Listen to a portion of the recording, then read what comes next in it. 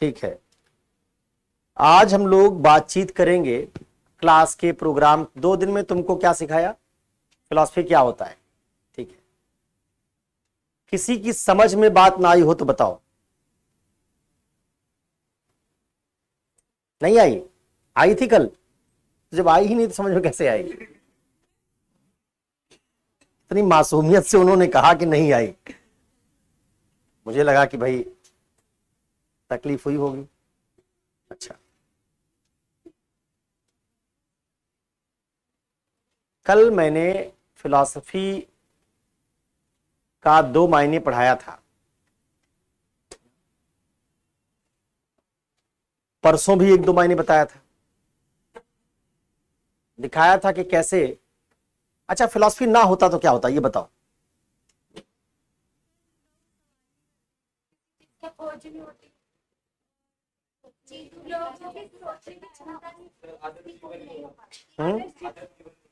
आदर्श जीवन तो अब भी नहीं है, आदर्श जीवन तो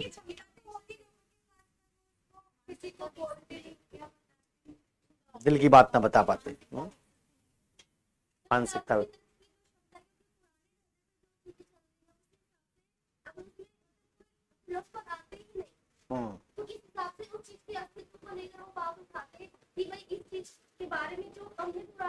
मान्यता बना रखी उसमें क्या और जैसे आपने बताया था बीच में जांच पड़ताल करता है, हर एक चीज की, हर एक समाज में जो कुछ चीज की जांच पड़ताल करते हैं, तो उस हिसाब से हमारे समाज में जो भी चीजें अस्तित्व में है उसका हम जांच पड़ताल करके उसके नए मतलब नए तरीके के और अवसर। आसान भाषा में बात करते हैं, पूरी ऊर्जा के साथ इन्होंने बताया और ये अच्छा लगा। देखो, बड़ा आसान सा मामला है। आजकल हम बात करते हैं डेवलपमेंट की, विकास शब्द सुना है ना। आइए, डेवलपमेंट की बात हम लोग बहुत करते हैं। 2014 में एक सरकार आई, उसने कहा कि सबका साथ सबका विकास, विकास का गुजरात मॉडल। किसी ने कहा विकास का गुजरात मॉडल ठीक नहीं, विकास का केरला मॉडल ज्यादा ठीक है। दुनिया में विकास की बड़ी बात होती है। अब जरा सोचो कि ये सारा विकास किस चीज से संभव है। मनुष्य ने 2500 साल से ही सही मायने में वैज्ञानिक तरक्की, पॉलिटिकल संस्थाओं का निर्माण, राज्य का निर्माण, ये सब किया है। 2500 साल पहले, या बहुत जाओ तो 3-4 हजार साल पहले, उससे पहले लाखों साल मनुष्य एक तरह का खाना बदोश वाला जीवन जी रहा था। क्या बदला उस लाख साल में और इस 2,500-3 हजार साल की जर्नी में? क्या बदला? इस लाख सालों की मनुष्य की धरती पर जीवन की यात्रा सुसंगत विचार के बिना थी, और 2,500-3 हजार साल से हमने क्वेश्चंस उठाना, जो तुमने कहा भी, क्वेश्चंस उठाना, क्रिटिकल इंक्वायरी करना शुरू किया, आइडियल की खोज करनी शुरू की, और उसी से हमारी सारी संस्थाएं आई। तो जो तुम्हारा पूरा विकास है ना, जो मूर्त रूप में तुमको दिखता है, तुमने ऐसा पढ़ा भी होगा कि संस्कृति पहले आती, सभ्यता बाद में आती। ठीक वैसे थॉट पहले आता है, डेवलपमेंट का थॉट पहले आता है, और जो फिजिकल डेवलपमेंट तुमको दिखता है वो बाद में आता है। फिलॉसफी क्या है? फिलॉसफी है development of thought, journey of development of thought. मनुष्य के पूरे विचार के विकास की यात्रा। जैसे तुम अहमदाबाद से चलो राजधानी पकड़कर और कहां आओ, दिल्ली, क्या करते हो? यात्रा करते हो। जैसे ये फिजिकल जर्नी है, वैसे विचारों की एक जर्नी। विचारों की जर्नी शुरू तभी हुई जब मनुष्य ने सवाल उठाना शुरू किया। और मनुष्य किसी सवाल कब उठाना शुरू किया? सवाल उसने तब उठाना शुरू किया जब वो संतुष्ट नहीं है। संतुष्ट कब नहीं है? जब उसने उन चीजों को जिनको मान्यता के तौर पर स्वीकार कर रखा गया था उसकी क्रिटिकल इंक्वायरी शुरू की। जब क्रिटिकल इंक्वायरी शुरू की होगी भगवान की, तो क्या पाया होगा? भगवान का आइडिया विरोधाभासी है, तो संतुष्ट नहीं हुआ हो। इसी से मनुष्य के विचार की यात्रा शुरू हुई होगी। फिलॉसफी की क्या परिभाषा बताई थी? Critical inquiry. इसका मतलब जब से मनुष्य ने क्रिटिकल इंक्वायरी शुरू की, तभी से उसने सवाल उठाना शुरू किया। जब से सवाल उठाना शुरू किया तभी से उसके विचार की विकास की यात्रा शुरू हुई, और जब से विचार की विकास की यात्रा शुरू हुई तभी से डेवलपमेंट शुरू हुआ। इसका मतलब पूरा डेवलपमेंट थॉट के डेवलपमेंट से लिंक्ड है। अगर ह्यूमन बीइंग का थॉट डेवलप नहीं होगा तो कोई डेवलपमेंट तुम अचीव नहीं कर सकते। दुनिया के बहुत सारे मुल्क देखो जहां थॉट नहीं है, वहां पाओगे आज भी उनका सारा डेवलपमेंट आयातित है, इंपोर्टेड है। सऊदी अरेबिया, सऊदी अरेबिया में विचार है क्या? विचारों के विकास की छूट है क्या? है नहीं। तो सऊदी अरेबिया जो अपना तेल भी निकालता है ना, उसकी टेक्नोलॉजी भी सऊदी अरेबिया के पास नहीं है। वो भी बीपी और शेल आते हैं उसका तेल निकालने के लिए, हेलिबर्टन आता है अमेरिका से उसको कंसल्टेंसी देने के लिए, डाउ आता है कि तुम तेल कैसे निकालोगे, उसका मैनेजमेंट कैसे करोगे। एक ऐसा मुल्क जिसके पास प्रॉस्पेरिटी इतनी है, पैसा इतना है, लेकिन उसका सारा विचार, उसके हॉस्पिटल्स चल रहे हैं पश्चिमी चिकित्सा प्रणाली पर ना? उसका सारा आयुध, सारा अस्त्र शस्त्र सब कहां से है? अमेरिका से। उसकी सारी टेक्नोलॉजी कहां से है? वेस्ट से। इसका मतलब उसका सारा जितना विकास है वो वेस्ट पर निर्भर है, आर्थिक विकास के बावजूद। इसका मतलब है कि अगर आपके पास विचार नहीं है तो आप कोई विकास सस्टेन तरीके से नहीं कर सकते। सऊदी अरेबिया के पास अगर गलती से या संयोग से ये तेल नहीं निकल आया होता तो आज ये आदिम या पाषाण काल में रह रहा होता। लेकिन स्विट्जरलैंड के पास कोई तेल नहीं निकला, यूके के पास कोई मिनरल का भंडार नहीं है, फिर भी आइडिया से इन्होंने तरक्की, छोटे छोटे मुल्क हैं फिर भी आइडिया से इन्होंने तरक्की की। तो ये क्लासिकल केस है। तुम ज्यादातर मिडिल ईस्ट के राज्यों को देखो, उनके पास पैसा खूब है लेकिन उनके पास कोई एक टेक्नोलॉजी आज तक, वो एक भी इन्वेंशन नहीं है। कुवैत, यूएई, सऊदी अरेबिया, बहुत सारे ऐसे मुल्क पाओगे जो दुनिया में पर कैपिटा इनकम में बहुत ऊपर हैं, लेकिन दुनिया को एक छोटी सी सुई जैसी चीज को भी इजाद करके इन्होंने नहीं दिया है। हर चीज पर दूसरे पर निर्भर है। इसका मतलब है क्या गड़बड़ है भाई? जब इतना पैसा तो क्या गड़बड़ है? गड़बड़ है इनके यहां विचार के विकास की यात्रा शुरू नहीं हुई, क्योंकि इन्होंने क्रिटिकल इंक्वायरी की इजाजत नहीं दी। क्रिटिकल इंक्वायरी की इजाजत नहीं दी तो इनके पास कोई डेवलप थॉट नहीं है।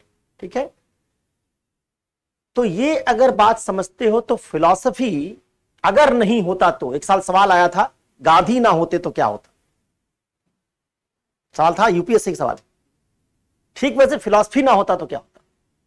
फिलॉसफी ना होता तो सवाल नहीं होते, फिलॉसफी ना होता तो जो बात एक बार स्थापित हो जाती उसकी इंक्वायरी नहीं होती, और अगर हमारे पास कोई बात जो स्थापित हो जाती उसकी इंक्वायरी नहीं होती तो कोई चेंज नहीं होता, और अगर चेंज नहीं होता तो डेवलपमेंट नहीं होता। डेवलपमेंट का मतलब ये चेंज, और डेवलपमेंट नहीं होता तो इंसान की दुनिया,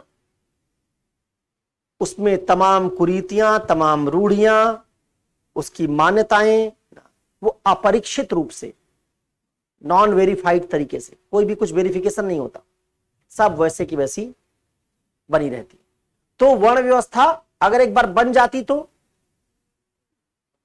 20,000 साल चलती, क्योंकि कोई क्वेश्चन करता है।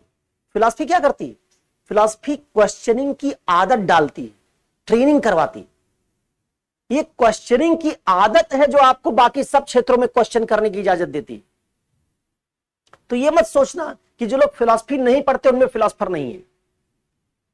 जैसे हमने अपने पुरखों से, जैसे मैंने ये टी शर्ट नहीं बनाई है लेकिन ये टी शर्ट पहनता हूं, इसका इस्तेमाल करता हूं, ठीक वैसे तुम फिलॉसफर नहीं हो लेकिन तुम फिलॉसफर्स के कंट्रीब्यूशन को इस्तेमाल करते हो। जैसे मैंने अपनी सभ्यता में ये घड़ी खुद नहीं बनाई फिर भी घड़ी पहनता और इसका इस्तेमाल करता हूं, ये टी शर्ट मैंने खुद नहीं बनाई, ये हजारों सालों के मनुष्य के तमाम तरह के अनुप्रयोगों के बाद बनी टी शर्ट है। हमारे पुरखों ने कपड़े पहनने शुरू किए, फिर उसमें उन्होंने सिलाई शुरू की होगी, फिर बटन लगाई होगी, फिर डिजाइन बनी होगी, और ये सब जो उन्होंने सोचा, मेरे पैदा होते ही मुझे वो आइडिया मिल गया। मैंने नहीं किया, वो हजारों साल की यात्रा है। जो मुझे मिल गई। ठीक वैसे जो तुम सवाल करते हो, ये सवाल करने की परंपरा भी तुमको हजारों साल से चली आ रही प्रक्रिया से मिल गई। ये सब तुमने बचपन से ही इनहेरिट कर ली। जब से तुम पढ़ने लिखने लायक हुए, तुम्हारे स्कूल में गए, वहां टीचर्स ने तुमको सवाल करना सिखाया। ये सवाल जवाब की परंपरा फिलॉसफी है। तो कई बार हमको लगता है कि हम फिलॉसफर शायद नहीं, हम सब में थोड़ा थोड़ा फिलॉसफर है, किसी में कम है, किसी में ज्यादा है। दुनिया को आप फिलॉसफर और गैर फिलॉसफर्स में नहीं बांट सकते।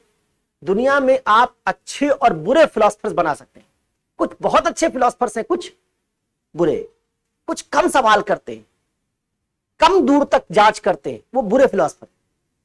और कुछ हैं जो हर बात को तर्क की कसौटी पर हमेशा जांचते हैं, वो अच्छे फिलॉसफर। ठीक है, तो हमारी जिंदगी में जैसे हमारा खाना पीना है, वैसे हमारी जिंदगी में फिलॉसफी भी हमारे, जैसे हम हवा ऑक्सीजन लेते हैं सांस में, वैसे हम फिलॉसफी लेते हैं। तो हम ऑक्सीजन के साथ जीते हैं तो फिलॉसफी के साथ भी जीते हैं। ऑक्सीजन खत्म हो जाए तुम्हारा बायोलॉजिकल लाइफ रुक जाएगा, और फिलॉसफी खत्म हो जाए तो तुम्हारा पूरा रैशनल फैकल्टी खत्म हो जाएगा। तुम्हारे सोचने विचारने की ताकत, जैसे जिम जाते हो ना तो अपने मसल्स बाइसेप्स ट्राइसेप्स बनाते हो, वैसे बाइसेप्स ट्राइसेप्स की तरह हमारी दिमाग का भी जिम होता है। वही जो मेंटल कंडीशनिंग है, रैशनल कंडीशनिंग है, वही फिलॉसफी। ठीक है, ये बात मैं क्यों इतने विस्तार से कह रहा हूं, मैंने तुमको बताया होगा पहली क्लास में। बहुत सारे स्टूडेंट्स हैं जो इतिहास विषय से, सोशियो से, साइकोलॉजी से, फिलॉसफी से मेंस और इंटरव्यू तक पहुंच जाते हैं। लेकिन जब उनसे पूछा जाता है कि इतिहास क्या है, इसका क्या कंट्रीब्यूशन है, तो घिसी पिटी परिभाषा बताते हैं इतिहास की, जो किताब में रट रखी। जब तुम किसी विषय को पढ़ते हो तो उस विषय को अलग अलग तरीके से एक्सप्लेन करना, उसका योगदान क्या है, उसकी यूटिलिटी क्या है, आखिर हम इसको क्यों पढ़ें, हमारा इस विषय से अटैचमेंट क्यों हो, इसका फायदा क्या है। जब इस तरह के सवालों से हम संतुष्ट होते हैं, इस तरह के उत्तरों से संतुष्ट होते हैं, तब उस विषय को मन से पढ़ते हैं। नहीं तो हमको लगता है कि यूपीएससी के लिए पढ़ना है। फिलॉसफी यूपीएससी के लिए नहीं पढ़ना, फिलॉसफी तुम्हारी पर्सनालिटी की ओवरऑल ग्रोथ के लिए करना है। जितना तुम फिलोसॉफिकल होगे उतना तुम्हारी क्रिटिकल एबिलिटी बढ़ेगी। ये विषय का सिलेबस केवल क्या है, जैसे मैच प्रैक्टिस करते ना, उसमें हम एक मशीन लगा देते हैं जो बॉल फेंकती है बार बार, ठीक वैसे ये सिलेबस तो केवल एक बहाना या निमित्त है तुमको ट्रेनिंग करवाने का। जेंडर के थ्रू तुम्हारी क्रिटिकल एबिलिटी की ट्रेनिंग करवाएंगे, गांधी अंबेडकर के थ्रू करवाएंगे, सेकुलरिज्म के थ्रू करवाएंगे। ये सब टॉपिक क्या है, ये टॉपिक प्रैक्टिस के लिए हमको दिए गए सैंपल या टेम्पलेट्स की तरह है। असली उपलब्धि ये नहीं है कि हम सेकुलरिज्म पढ़ लेंगे, असली उपलब्धि है कि सेकुलरिज्म पढ़ने के क्रम में हम क्रिटिकल इंक्वायरी करेंगे, सेकुलरिज्म पढ़ने के क्रम में हम सवाल जवाब करेंगे, और वो सवाल जवाब जो करेंगे उससे जो हम सीखते हैं वही असली अचीवमेंट है। इसलिए मैंने कहा था कि मैं फिलॉसफी को कभी भी केवल एक सब्जेक्ट के तौर पर नहीं, बल्कि एक पूरी जर्नी, तुम्हारे डेवलपमेंट, तुम्हारे पर्सनालिटी के विकास, तुम्हारी अमूर्तीकरण की क्षमता, तुम्हारी कल्पनाशीलता के विकास, तुम्हारी तार्किक एबिलिटी के विकास, इन सब से जोड़कर देखता हूं। ठीक है, तब इस सब्जेक्ट को तुम एक नए तरीके से जीना शुरू करते हो। साउंड कुछ ज्यादा है ना, गूंज रहा है साउंड, थोड़ा ज्यादा है, कहां से कम करोगे मुझे बता दो, मैं जिससे देख लूं। बस बस बस बस छोड़ो, अब ठीक है, चला ही गया लगता है।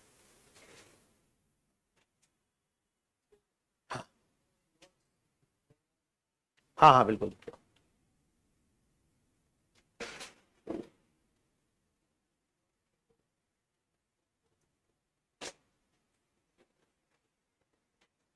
ठीक, आ रही आवाज की नहीं आ रही? अरे मेरी आवाज आ रही, माइक वाली आ रही? मेरी आ रही ना, तो ये तो दिक्कत है। देखो इसलिए पूछना पड़ता है ये कि मुझे 2 बैच तुम्हारा पढ़ाना पड़ रहा है, 1-2 दिन में एक बैच और शुरू हो जाएगा। तो कई बार अगर पता नहीं चलेगा और चीख दिए तो दिन में 7 घंटा पढ़ाएंगे और अब रोज पढ़ाना पड़ेगा, तो या 5 घंटा भी पढ़ाना पड़े और रोज पढ़ाना पड़े तो फिर बहुत ज्यादा होता है, उसमें गला वला खराब हो जाता है। चलो अब हम लोग डिस्कस करेंगे तुम्हारे आगे के क्लास के स्ट्रक्चर और उसके प्रारूप पर क्या होगा। दो प्रारूप मैं प्रपोज कर रहा हूं, उनमें से कौन सा प्रारूप तुम चुनना चाहते हो ये तुम डिसाइड करो, फिर उस पर हम लोग सहमति बनाएंगे कि इसको हमको लेके आगे चलना है। मान लो कि टोटल क्लास करीब 120 होगी, ठीक है, थोड़ी देर के लिए मान लो 120 क्लास उससे ज्यादा हो। क्यों ज्यादा होगी? हम लोग कुछ क्लास आपको दिखाएंगे एनरिचमेंट की। जब आप पढ़ लेंगे, सिलेबस जब कंप्लीट कर लेंगे, कंप्लीट करने के बाद 20-25 क्लास का एक आपको मॉड्यूल एक्टिवेट किया जाएगा ऑनलाइन, जो एनरिचमेंट का होगा। एनरिचमेंट का मतलब होता है सामान्य पढ़ाई से अलग ऐसी बात जो दुर्लभ है थोड़ी, उससे भी हर 2-3 साल में कोई 1-2 सवाल आते हैं। तो एक बार सामान्य 90% सिलेबस करने के बाद फिर ऐसे खंड पर भी जोर लगाना चाहिए जहां से हमारे कुछ मुश्किल सवाल हल होंगे। वो एनरिचमेंट है, उसको थोड़ी देर के लिए हटा दो। उसको हटा दोगे तो 120 क्लास 2.5 घंटे, ये बनेगा मामला। अब तुमने जितने लोग हो इनको सबको बताया गया होगा, करीब 40% कक्षाएं में लूंगा, बाकी क्लास आपको यही इस पर प्ले की जाएगी। उसका 2 मॉडल हो सकता है। अब 120 क्लास का 40% कितना हो गया? इसका 40% कितना हो गया? 48। लगभग क्यों कर रहे हो, सीधे निकल ही रहा है। 48 क्लास। 120 क्लास चलाने के लिए कितने महीने चाहिए? अगर महीने में 25 क्लास चलेगी तो करीब 5 महीने, यही ना? इसका मतलब 5 मंथ्स का एक, अनलेस अंटिल तुम कहते हो 3 घंटा पढ़ेंगे तो जल्दी खत्म हो जाएगा, लेकिन अगर 2.5 घंटा पढ़ते हो तो 2-2.25, सब कोई क्लास 2.25 घंटे की होगी, कोई 2.5 की होगी, ऐसी रहेगी। 5 महीने। 5 महीने में मुझे 48 क्लास लेनी हो तो हर महीने में कितनी क्लास बन रही है? 9 से 10, यही ना? इसका मतलब हर महीने मुझे कितनी क्लास लेनी चाहिए? ठीक है, हर महीने में इतनी क्लास लेनी चाहिए। अब 9-10 क्लास में कैसे लूंगा, इसके मैं तुमको 2-3 मॉडल सुझाता हूं। जो मॉडल तुम अप्रूव करोगे उस पर हम लोग सहमति दे देंगे और उसी तरीके से करेंगे। क्यों ये कर रहे हैं, ये भी सवाल तुम पूछ सकते हो कि सब खड़े होके क्यों नहीं पढ़ा देते सर। मैंने पहले ही बताया है, देखो, अगर मैं इंडस्ट्री के बाकी टीचर्स की तरह केवल सिलेबस पढ़ा के हर साल काम कर रहा होता तो मैं पढ़ा देता, लेकिन इस इंडस्ट्री में मैं तो मानता हूं ऐसा, दूसरे लोग पता नहीं वो मानते हैं कि नहीं मानते, लेकिन मैं मानता हूं कि पिछले 8-9 साल से इंडस्ट्री का इकलौता टीचर हूं जिसके पास हिंदी मीडियम में पढ़ाने के बावजूद या बाइलिंगुअल मीडियम में पढ़ाने के बावजूद हिंदी और इंग्लिश मीडियम दोनों के रिजल्ट रहते हैं। मेरे अलावा पूरे मुखर्जी नगर में ऐसा दूसरा टीचर कोई नहीं, एक भी नहीं। और तुमको अगर गलतफहमी हो, उसको बहुत मिटाने का आसान तरीका है, किसी का रिजल्ट अगर आता है ना तो उसको छुपाता नहीं। रिजल्ट छुपाने की चीज नहीं। पूरे मुखर्जी नगर में टहल जाओ, यहां रिजल्ट आने के बाद बोर्ड लगे होंगे, एक भी बोर्ड पर किसी स्टूडेंट का स्टेटमेंट तुमको लिखा हुआ नहीं मिलेगा, चाहे भूगोल वाले टीचर का लगा हो, चाहे इतिहास वाले का लगा हो। अगर पाओगे कहीं बोर्ड लगा है और उस पर स्टेटमेंट लिखा है तो तुम आंख मूंद के समझ लेना इग्नाइट माइंड्स का बोर्ड होगा, आंख मूंद के। और अगर ये बात गलत लगती हो तो आज पूरा टहल जाना मुखर्जी नगर, एक आदमी के पास स्टेटमेंट नहीं है, और ये पिछले 6 साल से चल रहा है। जिस बोर्ड पर तुमको फोटो छपी हुई मिलेगी ढेर सारी, वो सब मॉक की है, क्योंकि जो कोचिंग वो कह रही है वो जीएस की कोचिंग है, और जीएस की कोचिंग में उसमें इंग्लिश मीडियम का बैच यहां चलता नहीं। उन्होंने तो फर्स्ट रैंकर को भी छाप रखा है, दीक्षांत आईएएस फर्स्ट रैंकर। उसने मूवी नहीं देखा होगा दीक्षांत का, जानती भी नहीं होगी दीक्षांत कहां है। वो शायद दीक्षांत आईएएस का जो मॉक करवाया गया होगा राजेंद्र नगर में, जिसमें बड़े बड़े ब्यूरोक्रेट्स आए थे, उसमें गई होगी। तो मैं तुमको ये दावे के साथ बताता हूं कि पिछले 7-8 साल में मुझे छोड़कर 2 ही 3 टीचर्स के पास रिजल्ट रहे। 2-3 साल पहले एक रजनीश राज टीचर, उनके पास इतिहास में 1-2 रिजल्ट थे। 1-2 साल पहले मणिकांत सिंह के पास 1-2 रिजल्ट थे। और हिंदी साहित्य के टीचर के पास रिजल्ट है, साहित्य का, जीएस का नहीं, साहित्य का। हर साल उनके पास 2-3 रिजल्ट साहित्य के रहते हैं। हाँ, वो साहित्य का स्टेटमेंट नहीं छपवाते, लेकिन उसके बावजूद उनके पास रिजल्ट होते। इसके अलावा ऑप्शनल पेपर पढ़ाने वाला पूरी इंडस्ट्री में हमारे यहां कोई टीचर नहीं है जिसके पास कोई रिजल्ट हो। अब ऐसी दशा में ये जो जून, जुलाई, अगस्त, सितंबर मेंस के पहले का टाइम है, इसमें मैं 2 काम कर सकता हूं। या तो आप जैसे नए स्टूडेंट्स को पढ़ाने में ऊर्जा लगाऊं और 20-22 दिन आपके पास आके 2 घंटे, अच्छा तुमको लगेगा, वो तो हर आदमी को अच्छा लगता है, टीचर सामने खड़ा हो बात करे, अच्छा लगता है, फील गुड होगा। तुम्हारे फील गुड के लिए मैं वही बात जो मैंने वीडियो में कह रखी वही यहां के बोलूं। या वो जो तुम 10 रिजल्ट या 10 स्टेटमेंट देखते हो वो इसी दौरान बनाए जाते हैं। जून, जुलाई, अगस्त, सितंबर में मेंस लिखने वाले स्टूडेंट्स की अपनी प्रॉब्लम होती है और सबकी प्रॉब्लम अलग अलग है। किसी को कॉन्टेम्परेरी में दिक्कत है, किसी को वेस्टर्न में दिक्कत है ना। तो एक डॉक्टर की तरह, जैसे डॉक्टर को लोग इमरजेंसी में याद करते हैं, फैमिली डॉक्टर जैसे हुआ करते थे, वैसे जब तक स्टूडेंट सिलेक्ट नहीं हो जाता तब तक उसके लिए मेरा नंबर रात में 12-1 बजे भी ऑन रहता है। तो 12 बजे भी मुझे फोन करो, मैसेज लिखोगे, मैं जवाब दूंगा। तुम अपनी स्क्रिप्ट लिख के भेजते, मैं उसको चेक कर देता हूं। हाँ, जिस दिन सिलेक्ट हो जाते उस दिन के बाद तुम्हारा फोन नहीं उठाता हूं।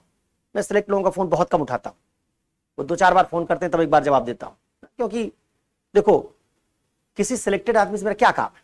कुछ है? कुछ नहीं। मुझे कोचिंग पढ़ाना है, टीचिंग करना है, ब्यूरोक्रेसी से मेरा क्या लेना। मैं कोई वेलफेयर स्टेट के कल्याणकारी राज्य के लाभ लेने वाला आदमी तो हूं नहीं कि अपने बच्चे को सरकारी स्कूल में पढ़ाऊंगा, राशन की दुकान से राशन लूंगा ना, सरकारी गाड़ी मुझे चाहिए कहीं आने जाने के लिए, तो कुछ चाहिए नहीं। मेरी जिंदगी बाजार के हवाले। बच्चा पढ़ेगा प्राइवेट स्कूल में, मैं रहूंगा किसी प्राइवेट कॉलोनी में, आऊंगा जाऊंगा प्राइवेट कार से, खाना खाऊंगा बाजार से खरीद कर। तो मेरी सरकार पर कोई निर्भरता नहीं है। और जब सरकार पर निर्भरता नहीं तो मेरे लिए ब्यूरोक्रेट्स किसी काम के नहीं। तो मैं संबंध बनाकर दायरा अगर बड़ा करूंगा तो मेरे समय का एक बड़ा हिस्सा वेस्ट होगा, जिस हिस्से को मुझे अपनी स्किल को शार्पन करने में, मजबूत करने में लगाना चाहिए। अच्छा, जो बात मैं बोल रहा हूं ना, ये सब जा भी रहा है, यूट्यूब पे जाएगा, इसलिए कोई ऐसी बात नहीं बोलता हूं जो गलत हो। यूट्यूब चैनल में पड़ी होगी तो बहुत सारे लोग इसको देख भी लेंगे। ये सही बात है। 10-12 ब्यूरोक्रेट्स के अलावा 400 से ऊपर लोग सिलेक्ट हो चुके इस कोचिंग से। 10-12 के अलावा मैं किसी से बात नहीं करता हूं। पुराने लोग हैं जिनसे बड़ा आत्मीय संबंध है कुछ कारणों से, उनके अलावा नहीं करता। तो अब जो लोग सिलेक्ट होने की कतार में हैं उनको समय देना होता है, और ना सिर्फ समय देना होता है बल्कि अपने आप को तरोताजा रखना होता है। क्योंकि ना बहुत थक जाओ आप तो आप समय तो दे दोगे लेकिन उसमें उस किस्म का जो रिगर चाहिए, जो एनर्जी चाहिए, वो नहीं हो। इसलिए इसी 8-10 रिजल्ट को हिंदी अंग्रेजी माध्यम में बचाए रखने के लिए जो बिना प्रचार के भी मेरे पास आते हैं, जो छोटे क्लासरूम में पढ़ने के लिए भी मेरे पास आ जाते हैं, जो 2 साल पहले पढ़ के गए थे और अब मेंस में वो नॉक कर रहे हैं सिलेक्ट होने के लिए, उनको हेल्प करने के लिए हम लोग इन 3-4 महीनों में अपनी ऊर्जा बचाते हैं। अगले साल से तो मैंने प्लान किया है कि साल में सिर्फ 2 ही बार ऑफलाइन बैच एथिक्स का पढ़ाऊंगा। एक सितंबर, अक्टूबर और नवंबर फर्स्ट वीक तक। फिलॉसफी भी सितंबर से शुरू करूंगा और जनवरी में खत्म करूंगा, और एथिक्स सितंबर, अक्टूबर, नवंबर, और दूसरा नवंबर एंड से जनवरी तक। बाकी ऑफलाइन बैच, यही जो 2 बैच ऑफलाइन पढ़ाया करूंगा उसकी जो रिकॉर्डिंग होगी वही रिकॉर्डिंग साल में ऑनलाइन बैच के बच्चों को भी दी जाएगी। बाकी जो मेरे पास 7 महीने करीब बचेंगे, उन 7 महीनों में टेस्ट सीरीज, पेपर बनाना, एनरिचमेंट करना, कुछ और कोचिंग का जो काम होगा उन सबको खत्म करना, इस तरीके से हम लोग प्लान करेंगे। इस बार उतना प्लान नहीं कर पाए, तो अब हमारे सामने इस 48 क्लास को स्ट्रक्चर करने की एक जिम्मेवारी, कैसे करें। 3 मॉडल में सुझा रहा हूं, इन 3 मॉडल में जो तुमको ठीक लगेगा। और ये भी बता दूं, ये भी इसलिए कह रहा हूं कि देखो तुम्हारे बैच में कुल 15-20 लोग एडमिशन ले लेंगे मान लो। अब 20 लोगों का बैच ना फिलॉसफी का पढ़ाना, वो भी जैसे मैंने कहा कि एक टेम्पटेशन तो है ही कि काम तो मेरे पास 10 बैच का है दूसरी कोचिंग का, हर बैच से 15 लाख रुपया ले लूं तो 1.5 करोड़ दिखता है। यहां मैं 15 बच्चों को पढ़ाने के लिए 5-8 लाख की फीस 5 महीने में जो मिलेगी 6 महीने में खत्म होगा, उसके लिए जान लगाता रहूंगा। एक तो लाख रुपया महीना भी नहीं हुआ, ठीक है। फिर भी मैं इस बैच को इस इकोनॉमी के तहत अगर ना देखूं तो हमको कोई एक ऐसा मॉडल तो बनाना होगा जो कम से कम आपके लिए फायदेमंद हो और मेरा भी बहुत नुकसान ना हो। इसमें 3 मॉडल बनते हैं इस 48 क्लास के लिए। क्या क्या मॉडल बनता है देख लो। पहला मॉडल यह बनता है कि आप 4 से 5 दिन कक्षा करेंगे, 4-5 डेज आप क्लास करेंगे। किससे? वीडियो से, ठीक है। और 6ठे-7वें दिन हर वीक में मैं आऊंगा। उस 6ठे-7वें वीक में पढ़ाऊंगा नहीं, क्या करूंगा बता देता। 6ठे दिन मैं करूंगा 5 दिन में पढ़ाए गए खंड पर जितने यूपीएससी में सवाल आए हैं उनको सॉल्व करवाऊंगा। मैं पढ़ाऊं उसमें कोई बड़ी बात नहीं होगी, वो तो आप देख भी सकते हैं। जैसे मानो ने प्लेटो पढ़ा दिया, 4 दिन में खत्म हुआ और 5वें दिन अरिस्टोटल शुरू हो गया है, तो मैं जब 6ठे दिन आऊंगा तो मैं 6ठे दिन प्लेटो पर अगर 15 सवाल यूपीएससी में आए हैं तो उन 15 सवालों पर डिस्कस करना, कुछ सवाल तुमको यहीं लिखने के लिए देना। 2.5 से 3 घंटे की क्लास होगी, उसमें आधे घंटे 40 मिनट तुम लिखोगे, 3 सवाल कम से कम बोलूंगा, वही जो यूपीएससी में आए वही सवाल बोलूंगा। उसमें तुमको बताऊंगा कि तुमने कहां गलती की, कैसे लिखना चाहिए था। और बचे हुए 1.5 घंटे 2 घंटे में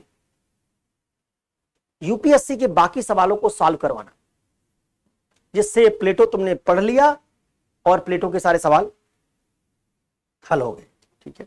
और 7वें दिन फिर तुम्हारा टेस्ट लेना, टेस्ट में नए सवाल पूछना। यूपीएससी के सवाल तुमने कर लिए, अब नए सवाल क्या बन सकते हैं। और प्लेटो का टेस्ट 1 यूनिट का, 1 दार्शनिक का टेस्ट हो गया। अगर 2 दार्शनिक खत्म हो गए तो 2 का हो गया। और रोज 7वें दिन जो तुम टेस्ट दोगे उसका मैं कॉपी तो चेक नहीं कर पाऊंगा 20 लोगों की, तो मैं डिस्कस करूंगा। उस डिस्कशन को बता दूंगा कि भाई इसमें इस सवाल को तुमको ऐसे करना चाहिए। तो मेरी जो 2 क्लासेस होंगी किसकी होंगी? एक टेस्ट डिस्कशन की और एक क्वेश्चन आंसर करवाने की, ठीक है। ये 2 क्लास होगी। इस तरीके से 1 वीक में 2 क्लास अगर, तो महीने में 8 क्लास और 6 महीने में करीब करीब तकरीबन 48 क्लास इससे हम लोग पूरी करेंगे। पहला मॉडल ये, ठीक है, कि हम इस तरह से जाएंगे। इसमें मैं आपको सामाजिक राजनीतिक दर्शन में उदारवाद भी नहीं पढ़ाऊंगा, समाजवाद भी नहीं पढ़ाऊंगा, मार्क्सवाद भी नहीं पढ़ाऊंगा, वो आप वीडियोस देखिए। तब तक नहीं पढ़ाऊंगा जब तक किसी लेक्चर में आप ये नहीं कह देंगे कि इस लेक्चर में बात कम समझ में आई, इसको आप पढ़ा दीजिए। अगर ऐसा होगा तो फिर हम लोग उसको पढ़ाएंगे, अगर नहीं होगा तो नहीं पढ़ाएंगे। दूसरा मॉडल, ये पहला मॉडल।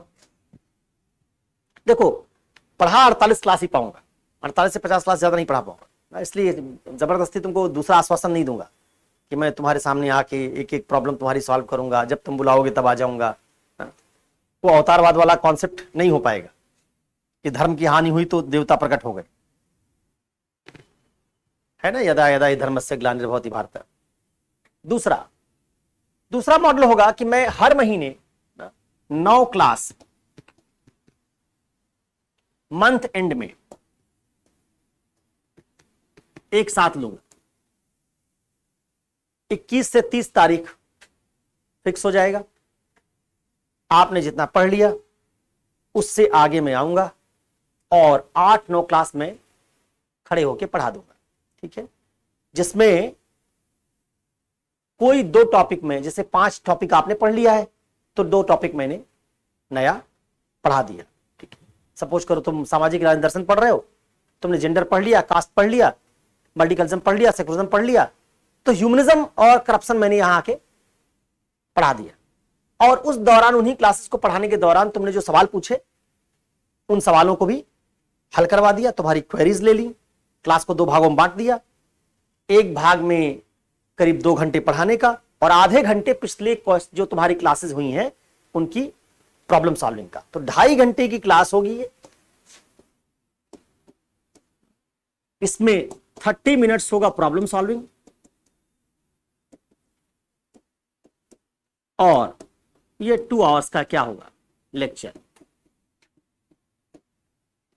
ठीक है, दूसरा मॉडल ये होगा। उस मॉडल में फिर जैसे मान लो जुलाई आया तो जुलाई में 21 से 30 जुलाई को पढ़ाऊंगा, अगस्त में 21 से 30 अगस्त पढ़ाऊंगा।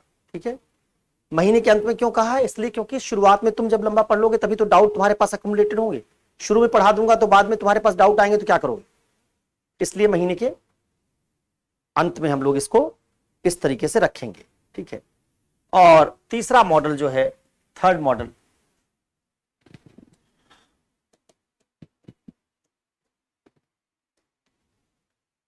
ये होगा कि हर 12-13 दिन की क्लास के बाद मैं आऊंगा 3 से 4 डेज के लिए।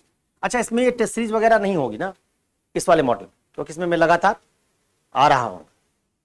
तो टेस्ट सीरीज के लिए जिद मत करना। हाँ, उसमें जितने सवाल पूछो मैं सवाल दूंगा, होमवर्क में सवाल देता हूं, तुमको होमवर्क में सवाल मिलेंगे। पढ़ा दिया तो इसमें होमवर्क में सवाल करो। ये सवाल तुमको लिखने हैं, कुछ सवाल यूपीएससी वाले हैं, कुछ सवाल होमवर्क के लिए लो। ठीक है, तुमने जब जब कोई बड़ी चीज सीखी है तब इसलिए ही सीखी है क्योंकि तुमने अनुशासन का पालन किया है, डिसिप्लिन। बचपन में तुम मैथ्स इसलिए अच्छा सीख पाए क्योंकि तुम क्लास वर्क भी करते थे और होमवर्क भी करते थे। बिना होमवर्क के कुछ नहीं सीखोगे। किताब होगी तो मैं बताऊंगा इतने से इतने पेज पढ़ो, और कई बार क्लास में पूछूंगा कि इस किताब से पढ़ा है, तुम बताओ क्या पढ़ा है, कौन सा तर्क पढ़ा है। असल में मुझे नहीं पढ़ाना, तुमसे पढ़वाना है। मैं ज्यादा पढ़ाऊंगा ना, तुम सुनोगे केवल। तुमको यह लगेगा कि मुझे 5 पेज पढ़ के आना है, तुम तनाव में रहोगे, कुछ भी पूछा जा सकता है। पढ़ो, नोट्स बनाओ, आओ बताओ।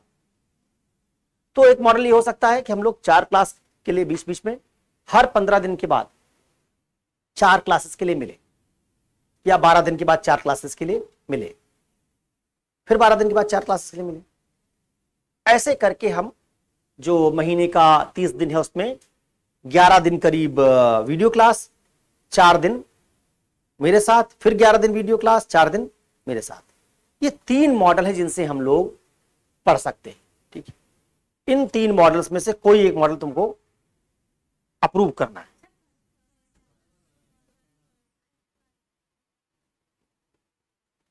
पहला वाला नहीं, और सोचो। इतनी जल्दी सोच लिया? वोटिंग करवा लेते हैं, क्योंकि लोकतंत्र में अल्पसंख्यकों का भी अधिकार होता है। देखेंगे फर्स्ट मॉडल जो है उसको कितने लोग प्रेफर करेंगे। इतने लोग, ठीक है। सेकंड मॉडल कोई नहीं। थर्ड, तुम्हारा कोई मत है कि नहीं? फर्स्ट में था। अच्छा, डेमोक्रेसी में कई बार लोग वोट भी नहीं करते हैं। तुमने क्या दिया था भाई? फर्स्ट पे दिया। सेकंड थर्ड वाले में फिर से हाथ उठाओ एक बार। 1 2 3 4, 4 लोग। तुम्हारा कोई नहीं? फर्स्ट सेकंड थर्ड कोई नहीं? नया मॉडल बताओगे? कोई नया मॉडल सुझाओ, बैठ के बताओ, बैठ के आराम से।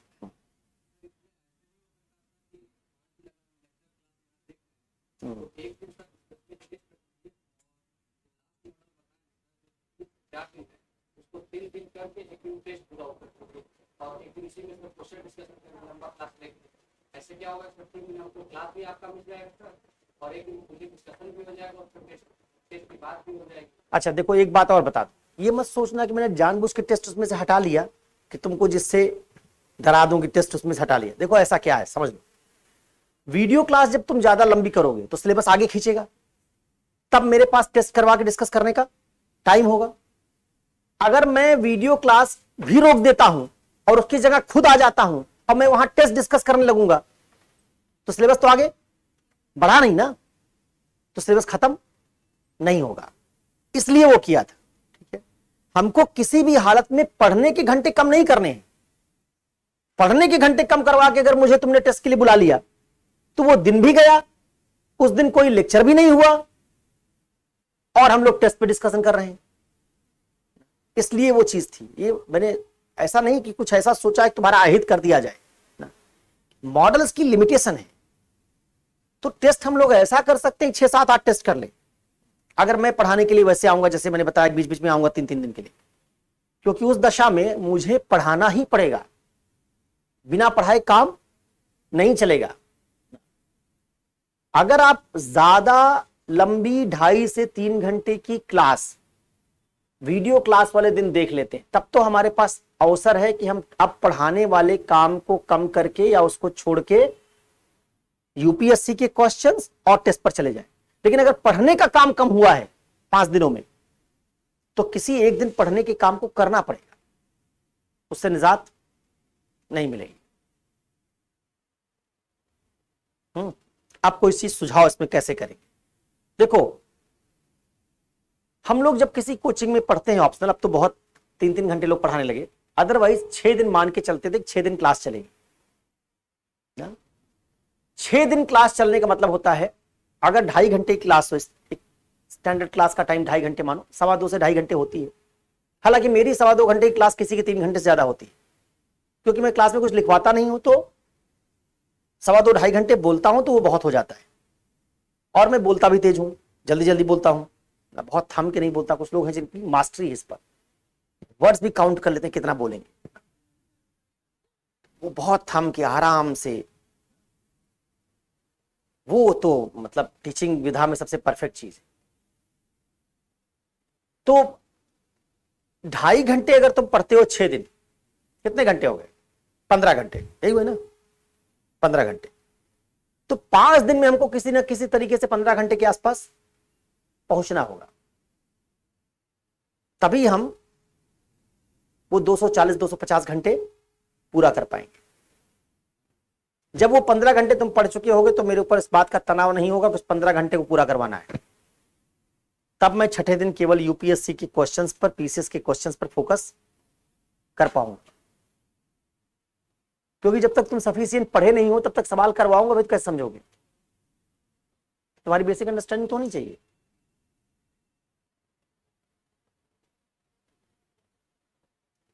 बताओ कैसे करना है? 3 लोग वही लोग बताएंगे अब इस बार कि मॉडल कैसे होगा जिन्होंने फर्स्ट मॉडल को चूज नहीं किया है। क्योंकि फर्स्ट मॉडल जिन्होंने चूज कर लिया बड़ा स्ट्रेट फॉरवर्ड है।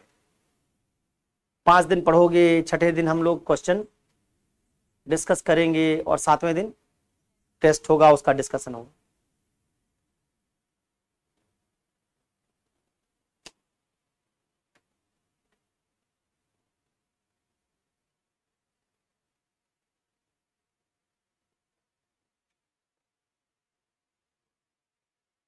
सातवें दिन में अगर हम एक दिन छुट्टी करेंगे तो फिर उसका तरीका ये होगा कि टेस्ट तुम दे दोगे, जो मंडे की क्लास होगी लंबी होगी, उसमें 1.5 घंटे 1.25 घंटे टेस्ट का डिस्कशन होगा और 2 घंटे क्लास दिखाई जाएगी। तो फिर ऐसे होगा कि एक दिन की क्लास 3.5 घंटे की होगी, बाकी दिन की क्लास 2.25 से 2.5 घंटे की होगी।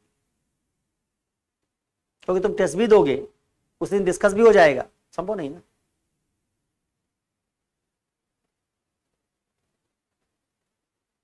सोच समझकर मॉडल बताओ, क्योंकि ये लंबा चलेगा।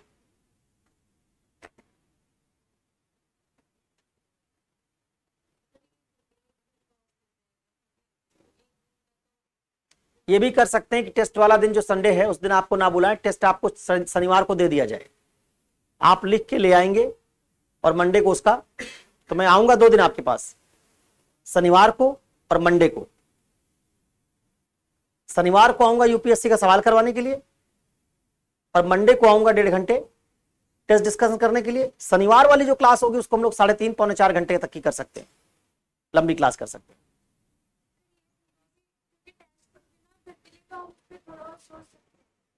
टॉपिक हम पढ़ाएंगे, कौन कौन से टॉपिक पढ़ाएंगे? उस केस में टॉपिक पढ़ाएंगे जब यूपीएससी के क्वेश्चन तुमको अपने से करने होंगे, क्लास में तुम पूछ लोगे, जैसे मैं 1-2 क्वेश्चन करा दूंगा। देखो क्वेश्चन बहुत हैं यूपीएससी, कोई कोचिंग यूपीएससी का क्वेश्चन क्लास में नहीं करवाती, ना इतिहास वाला करवाता है, ना ज्योग्राफी वाला करवाता है, ना एंथ्रो वाला करवाता है, ना पॉलिटिकल साइंस वाला करवाता है, कोई नहीं करवा सकता, क्योंकि 30-40 साल के सवाल क्लास में करवाना संभव नहीं है। तो जब मैं पढ़ाऊंगा जो तीसरा मॉडल है या दूसरा मॉडल है, जब मैं पढ़ाऊंगा तो हर खंड के 1-2 क्रिटिकल थिंकर्स को मैं पढ़ाऊंगा, पाश्चात्य में पढ़ा दूंगा, समकालीन पढ़ा दूंगा। पहले यही आइडिया था, आज से पहले मैं यही सोच रहा था। ये जो पहला वाला आइडिया मैंने दिया आज, ये दिया असल में ऐसे कि हम लोग एक फिलॉसफी का पर्चा बनवा रहे हैं। हम लोगों ने सोचा कि भाई स्टूडेंट्स के पास कुछ पैम्फलेट के थ्रू जाना चाहिए, तो मैंने बहुत पहले 2012 में भी नहीं, मुझे लगता है 2010 में या 9 में, एक बहुत बड़ी कोचिंग है आजकल, पहले वो फिलॉसफी पढ़ाया करते थे और तब मेरे कॉम्पिटिटर हुआ करते थे। फिर बाद में हम लोगों ने 2010 में साथ में इग्नाइटेड माइंड्स और उस कोचिंग का अलायंस करके एक बैच पढ़ाया था। अलायंस का मतलब प्रॉपर अलायंस था, जो बोर्ड छपता था उस पर भी एक साइड मेरा नाम लिखा जाता था, एक साइड उनका नाम लिखा जाता था। तो 2009 में मैंने एक पर्चा लिखा, चाहोगे तो पर्चा तुम लोग दिलवा देंगे, बड़ा क्रांतिकारी पर्चा था, उससे तहलका मच गया था मार्केट। उसमें लिखा और इराक वॉर से बात शुरू की, वही पर्चा फिर से वो कर रहे हैं।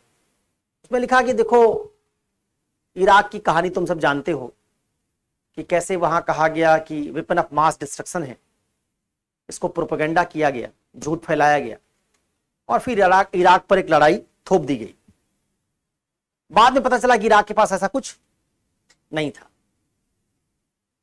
मैंने कहा कि जब आप एक झूठ को बार बार दोहराते हैं, जिसको अंग्रेजी में प्रोपेगेंडा कहते हैं, तो कई बार आपको सच लगने लगता है। और मैंने लिखा कि फिलॉसफी की एक बहुत बड़ी कोचिंग है, उसमें फिलॉसफी कोचिंग हुआ करती थी, एक और विषय की भी थी, फिलॉसफी की भी थी। अब नाम ले लूंगा कौन से विषय की थी, समझ ही जाओगे, ठीक है, इससे नाम लेना ठीक नहीं क्योंकि यूट्यूब पर भी जा रहा है। मैंने लिखा कि जो वो कोचिंग रिजल्ट छापती है फिलॉसफी के, वो रिजल्ट उस टीचर के हैं ही नहीं, क्योंकि 2009 से पहले उस कोचिंग में वो टीचर फिलॉसफी नहीं पढ़ाते थे। फिलॉसफी पढ़ाते थे इलाहाबाद यूनिवर्सिटी के कुछ बड़े लोग, रिटायर्ड लोग, वहां के प्रोफेसर्स पढ़ाया उन्होंने।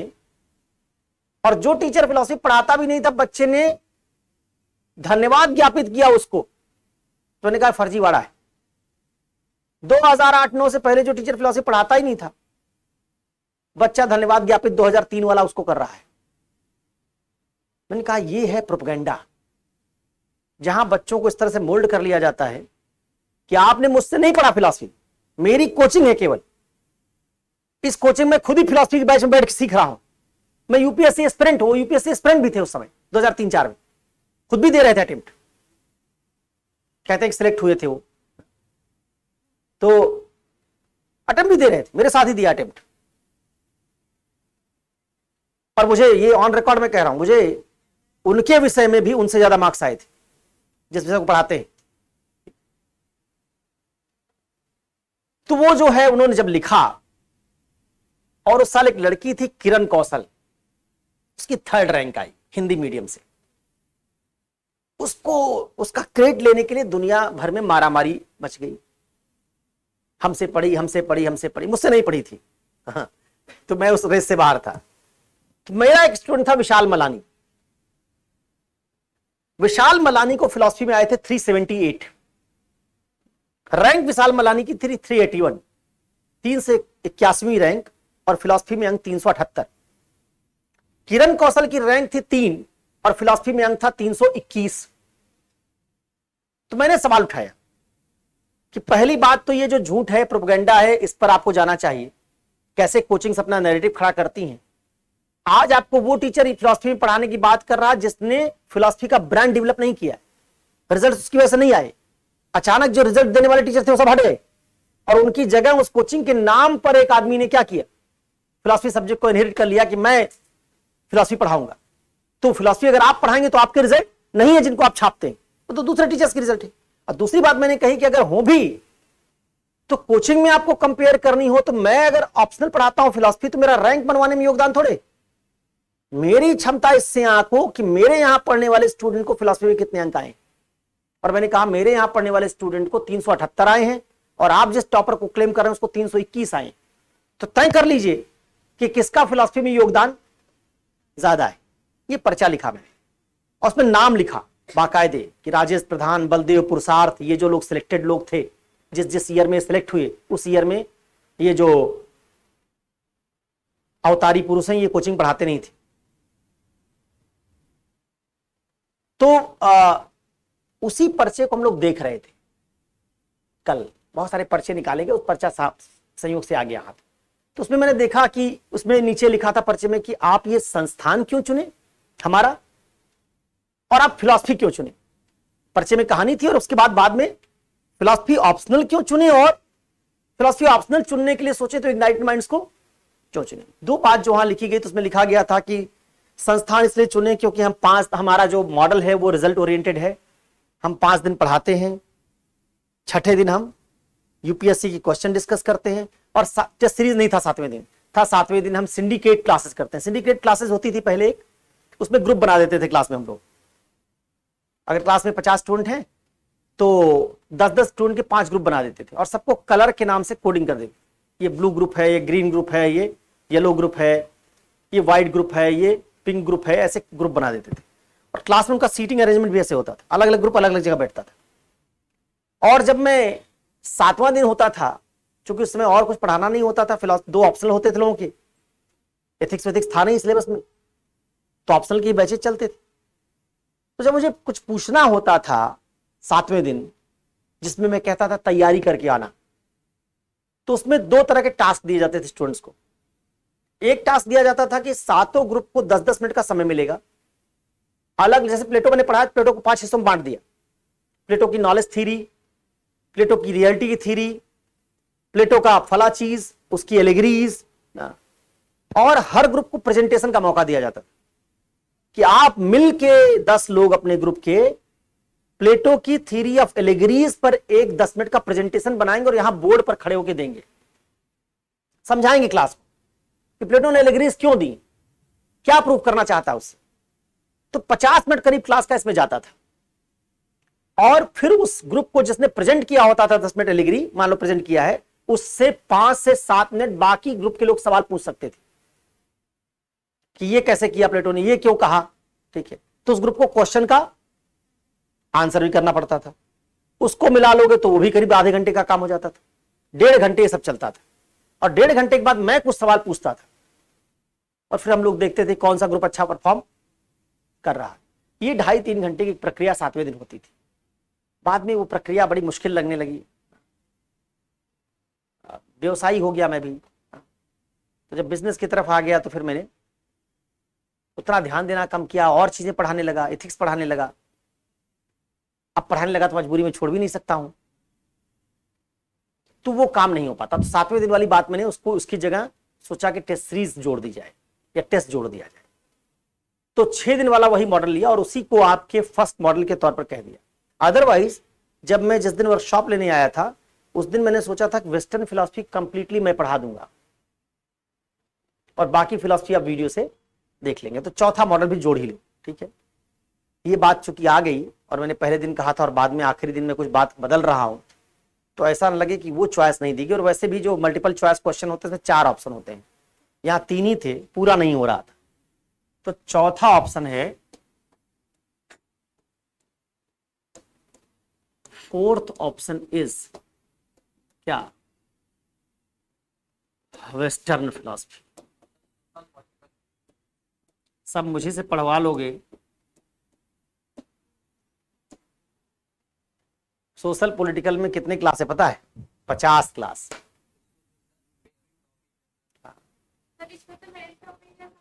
किसमें? मेन टॉपिक इसी में है।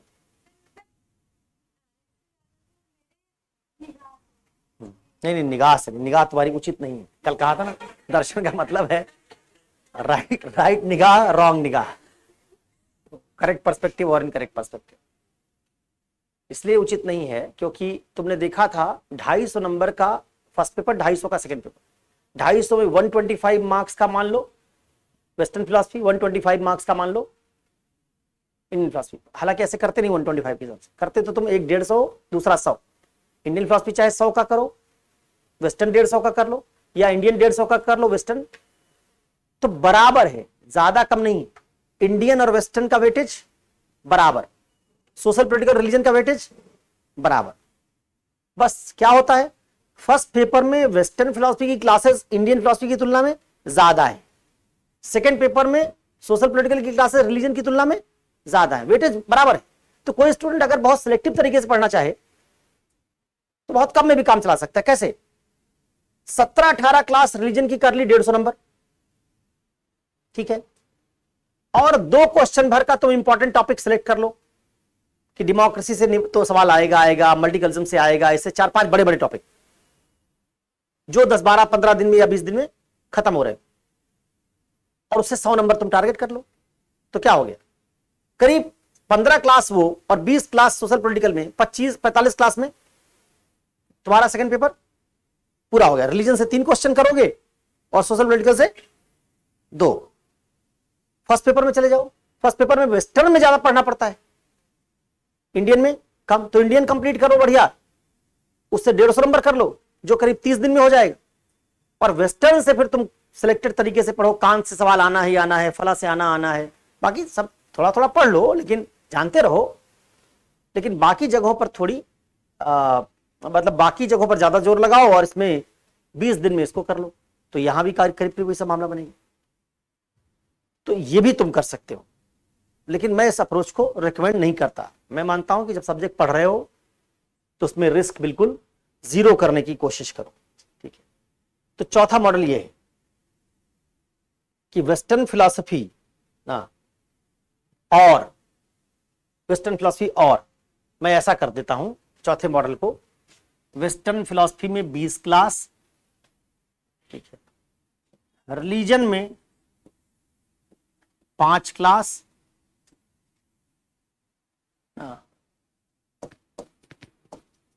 इंडियन में 5। ऐसा ना लगे कि ये चौथा ऑप्शन फर्जी बनाया गया है, इसको भी लगे कि बहुत बढ़िया बनाया गया है, सब में बांट रहे हैं ना।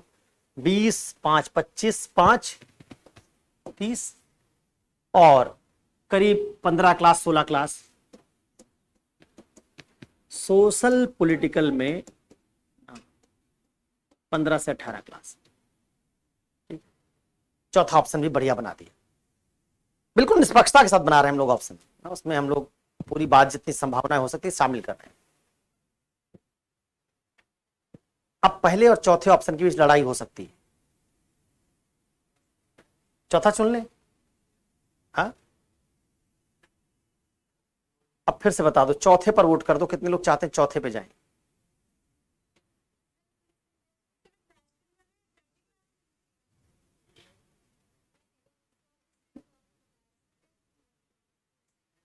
इसमें टेस्ट कैसे रहेगा, टेस्ट दे देंगे, टेस्ट दे देंगे, टेस्ट दे देंगे, चलो टेस्ट दे देंगे, डिस्कशन शायद कम हो पाए, टेस्ट देंगे, कुछ उसका कुछ तरीका ढूंढेंगे कैसे करना है।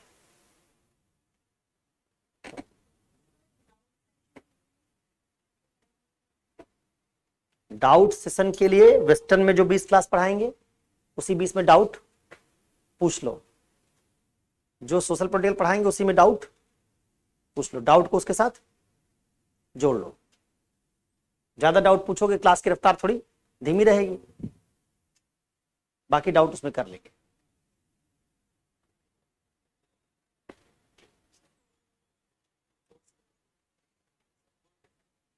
फोर्थ के साथ जाओगे तो 20 में से 10 कॉन्टेम्परेरी की क्लास पढ़ा दूंगा, कॉन्टेम्परेरी वेस्टर्न 10 पढ़ा दूंगा वेस्टर्न। 7 जन्म का बंधन है क्या फर्स्ट से?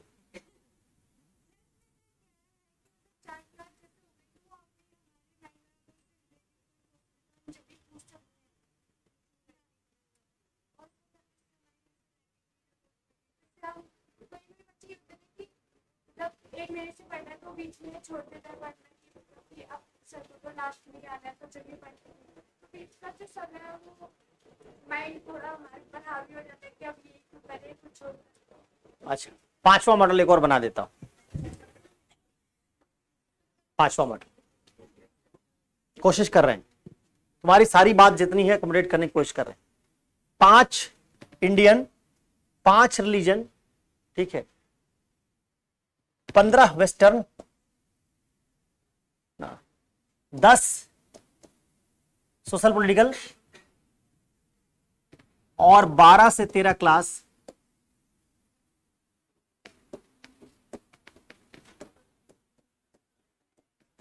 Answer right. अब ठीक है, सही है। देखो बातचीत से कितनी बात निकल आती है। इसलिए जब तुम सुनते होगे ना कि भारत पाकिस्तान को बातचीत करनी चाहिए, चाइना भारत को बातचीत, तुम सोचते हो बातचीत बकवास बात है, ऐसा नहीं है। बातचीत बहुत काम की बात है। बातचीत में पक्ष क्या करते हैं, अपनी डिमांड्स रखते हैं। अगर वो बातचीत में ईमानदार है तो दूसरा पक्ष कहता है कि इसके बजाय ये कर लो, वो कहता नहीं ये कर लो, और फिर कहीं ना कहीं हम पहुंचते हैं। भाई ये क्या है बताओ, तुम्हारा क्या राय है इस पर? 5वां ठीक है, हाँ संतुष्ट हो तो इसको लॉक कर दिया जाए। हाँ किसी को आपत्ति है?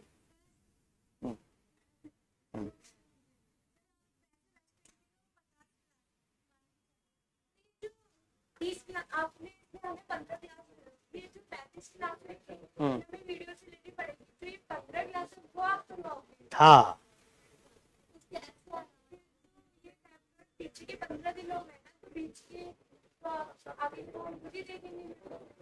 वो तो ऐसे करना ही पड़ेगा। शुरुआत के वीडियोस तो तुमको देखो, उसमें क्या करेंगे। अच्छा इसको भी मैं इसका ये जो आखिरी विकल्प बनाया है इसका स्ट्रक्चर दे देता हूं, क्योंकि पहले विकल्प का स्ट्रक्चर तुम्हारे पास है, आखिरी वाले का स्ट्रक्चर दे देता हूं कैसे होगा।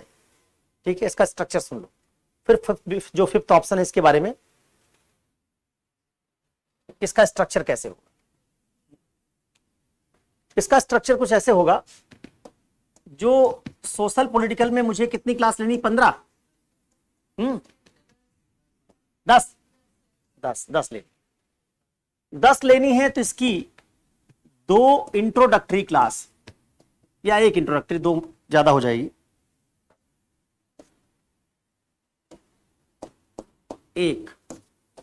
एक लूंगा इसकी इंट्रो क्लास। मान लो सोशल पॉलिटिकल शुरू करना है तो मैं तुमको पूरा सिलेबस कैसे है समझा दूंगा, क्या क्या पढ़ना है उसमें, अलग अलग यूनिट्स क्या है, उसके बारे में एक डिटेल तुमको जानकारी, माइंड मैप बना दूंगा ना। तो पहला क्लास इंट्रो क्लास मान लो ये हो गया माइंड मैप का, ठीक है। इसके बाद तुम इसमें मुझे लेनी चूंकि 10 क्लास है और ये चलेगा 50 दिन, 50 क्लास का मामला इसका है, तो अकेले ये 2 महीना चल जाएगा। तो इसका मतलब है हर महीने में मंथ एंड में 5 क्लास, इसमें भी। तो इसका मतलब है कि मैं तुमसे जून में 5 दिन मिलूंगा और जुलाई में 5, सॉरी जून में तो, जून में नहीं, जून कहाँ हुआ, जुलाई और अगस्त। ज्यादा से ज्यादा हम लोग क्या कर लेंगे इसको, इसमें आंसर राइटिंग भी करवानी है तो 5 दिन तो पढ़ाने के लिए, 5 दिन और 2 दिन, 17-18 क्लास थी ना इसकी, तो 18 पहुंचाना पड़ेगा, तो 15 से 18 थी, ठीक है। तो ये कर लो, मान लो 6 क्लास कर लो पढ़ाने वाली, चलो 6 12 हो गया। और 12 के बाद 3 क्लास आंसर राइटिंग, इसमें भी 3 आंसर राइटिंग, ठीक है। तो ये आपका सब एंड में ही जाएगा, शुरू में नहीं हो सकता। 6 क्लास में कोई टॉपिक जो लगेगा मुझे, जो नहीं दिखाया गया, मैं बता दूंगा इनको कौन से कैसे दिखाना है, क्रम बना दूंगा आपको, पहले क्लास में बता भी दूंगा आपको कैसे दिखाया जाएगा। उसके बाद जब हमारा 21-22 तारीख हो जाएगी, 21-22 जुलाई, तब मैं आपके पास आऊंगा और 21-22 या 20 जुलाई से, और 20 जुलाई से आपके पास आके कोई एक टॉपिक 6 दिन में पढ़ाऊंगा। और फिर जितने टॉपिक तब तक आपने वीडियो से देख लिए होंगे और जो मैंने पढ़ा दिया हो, उन दोनों को मिलाकर 3 दिन यूपीएससी के सवाल जो आए उनको डिस्कस कर देंगे। यही है, समाधान निकाला है। अब कोई और बात? अच्छा, अब ये बताओ, इसमें से कितने लोग मानते हो कि इसमें फिलॉसफी के टाइम में कोई बदलाव किया जाना चाहिए? ऐसा भी कोई है? आज ही सारी प्रॉब्लम सॉल्व कर लेते हैं।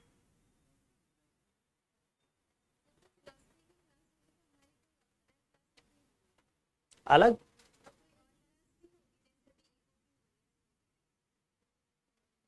हाँ, कि सुबह तो क्लास होती ही रहेगी। एथिक्स की अभी सोचते हैं, एथिक्स के बारे में आज सोचते हैं। मैं देखता हूं ना, अगर संस्कृति में बैच में जगह खाली होगी, पूछता हूं उनसे 25-30 लोग बैठ सकते हो अगर, तो एथिक्स वहीं अभी फिलहाल शिफ्ट कर लेंगे। या दूसरा तरीका ये होगा, अभी एथिक्स रोकेंगे और इधर तुम्हारा इकॉनमी खत्म हो जाए और मैं 20 या 22 तारीख तक के लिए एथिक्स के लिए रोक देता हूं। उसके बीच प्रचार हो जाएगा, क्योंकि अभी लोग भी कम आ रहे हैं। एथिक्स में हम लोग बैच नहीं पढ़ाना चाहेंगे जब तक 70-80 लोग कम से कम ना हो। तो अगले 20-25 दिन वो प्रचार थोड़ा कर देंगे, इंक्वायरीज वगैरह जो आएंगे उनको बता दिया जाएगा। और आज वहां भी मैं बता दूंगा कि शुरुआती 15 क्लास अगर आप चाहते हैं कि नहीं अभी से ज्वाइन करें, तो 15 क्लास 20 क्लास वीडियो से देखिए, और फिर मैं शुरू करूंगा जुलाई एंड से। तो उस केस में एथिक्स का जो ऑफलाइन बैच होगा उसको हम लोग डिले कर देंगे। पहले आपका जो खंड चल रहा है इकोनॉमी का वो पूरा कर लीजिए, उसके बाद कोई एक और खंड बीच में 15 दिन का पूरा करवा देंगे, तब फिर एथिक्स शुरू करेंगे।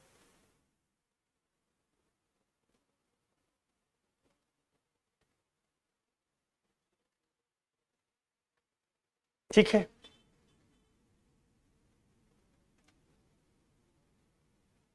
कोई सजेशन, सुझाव, समस्या समाधान अब भी?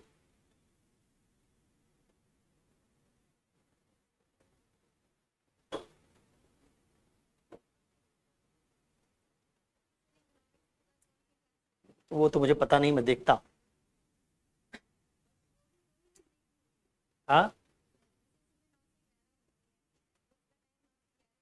हाँ, 2 घंटे की रखेंगे। जब तुम ऑप्शनली पढ़ रहे होगे, कितना पढ़ लो? 5 घंटे 6 घंटे बहुत होता है। ठीक है, तो 2 घंटे का ही रखेंगे।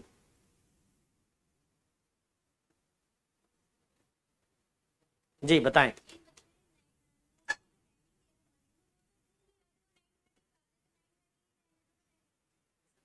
नहीं आ रहे, जो बच्चे नहीं आ रहे हैं क्या करोगे?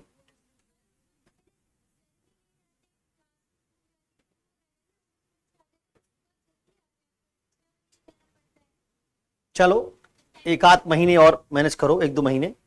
अगर वो नहीं करोगे, 9 बजे का टाइम, ये लेट आते हैं वो तो मैं इंश्योर करवा दूंगा 2 दिन में कि ठीक से आए, टाइम से आए। नहीं सर, तो पहले रहते हैं लोग से पहले, और बच्चे नहीं आते। अच्छा, बच्चे नहीं आते? हाँ, तो मन के कच्चे बच्चे हैं तो क्या किया जाए? वो 9 से 11 रहेगा तभी तो आधे घंटे का तुमको ब्रेक मिल पाएगा ना। 9:30 से करोगे तो कैसे होगा? बिल्कुल सही बात, ऐसे ही करना चाहिए। कौन सी क्लास?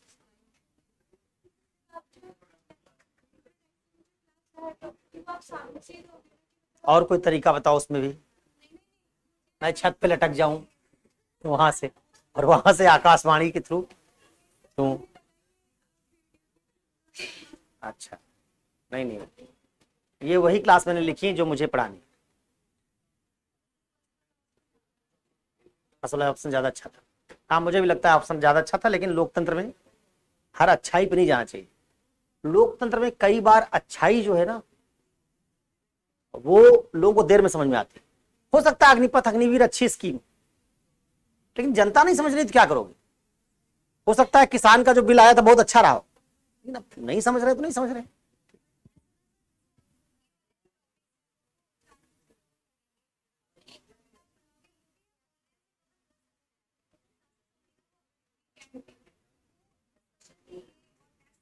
चलो कोई नहीं, ऐसे पढ़ने दो, शुरुआत इस वाले 5वें मॉडल से करने दो, फिर मन कई बार बदलता है। मन हाँ, मन बदल जाएगा तो फिर हम लोग दूसरे मॉडल में चले जाएंगे, ऐसा क्या, कोई हार्ड फास्ट थोड़े। अगर तुमको लगने लगेगा कि नहीं ज्यादा भलाई उसी में है, ठीक है, चले जाएंगे।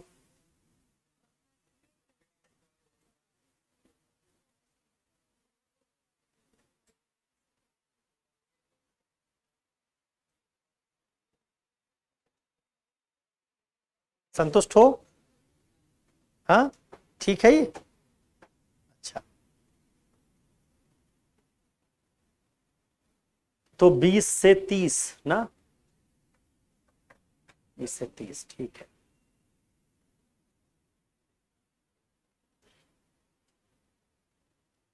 तो कब से शुरू करें, 1 तारीख से शुरू करें?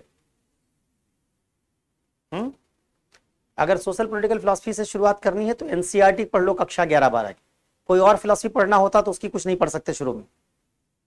क्लास 11th और 12th की पॉलिटिकल थ्योरी, 11th की है एनसीईआरटी पॉलिटिकल थ्योरी की, राजनीतिक सिद्धांत के नाम से आती है, ठीक है। इंग्लिश में हिंदी में दोनों में आती है, तो जिसका इंग्लिश मीडियम इंग्लिश में पढ़ लो, जिसका हिंदी मीडियम है 6-7 दिन में उस किताब को खत्म कर लो, ठीक है।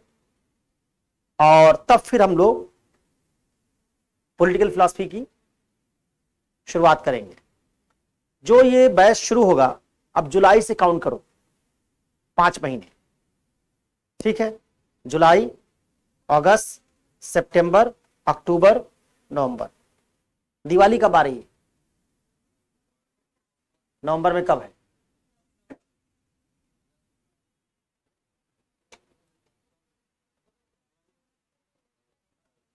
अगर दिवाली नवंबर में होगी, होगी ही, अक्टूबर नवंबर में होगी ही, 24 अक्टूबर की, तो मान लो कि 5 महीने पूरा हो रहा था तुम्हारा नवंबर में, दिवाली के कारण 6-7 दिन की एक्स्ट्रा छुट्टी होगी, तो हम लोग डेडलाइन रख रहे हैं बैच की 10 दिसंबर। 10 दिसंबर को तुम्हारा बैच खत्म हो जाएगा, ठीक है। 5 महीने टाइम ले रहे हैं। जनवरी से अपना, दिसंबर जनवरी से अपना पीटी पढ़ना शुरू कर देना, ऑप्शनल पूरा हो चुका होगा। और बाकी हम लोग ऑनलाइन क्लास भी एक्टिवेट करवा देंगे, जिसको जल्दी खत्म करना होगा एक बार उस पर भी खत्म कर लेगा। 2 किताब लिखो, अगर हम सोशल पॉलिटिकल फिलोसफी शुरू करने जा रहे हैं तो 2 किताब। अगर किसी का मीडियम इंग्लिश है तो एक तो पॉलिटिकल थ्योरी जो बताई एनसीईआरटी वो पढ़ लो, दूसरा ओपी गौबा की एक किताब आती है पॉलिटिकल फिलोसफी, वो पढ़ लो। अगर हिंदी मीडियम है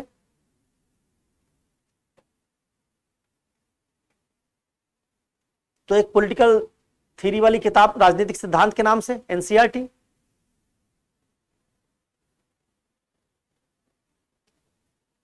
और दूसरी किताब, 2-3 किताब बता रहा हूं, मार्केट में जाना जिसकी भाषा तुमको समझ में आए, इसलिए 2 किताबें बताई क्योंकि एनसीईआरटी सरल भाषा में लिखी गई, तो सरल भाषा अगर तुमको समझ में आने के बाद लगे कि थोड़ा सा ऊपर के लेवल पर जाना है तो किताब खरीदना राजीव भार्गवा की,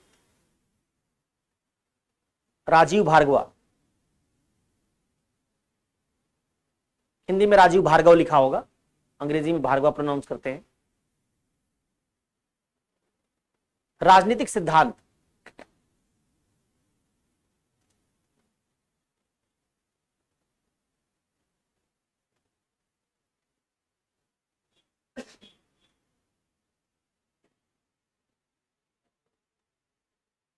ठीक है,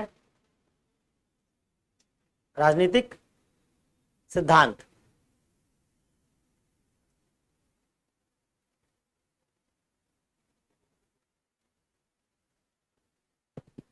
ये किताब आपको लेनी है। अगर इसमें इसकी भाषा कम समझ में आए तो एक दूसरी किताब, किताब का ऑथर है विल किमलिका, विल किमलिका, और अनुवाद किया है कमल नयन चौबे ने, समकालीन राजनीतिक सिद्धांत, विल किमलिका। अंग्रेजी में भी किताब, मूल किताब अंग्रेजी में है।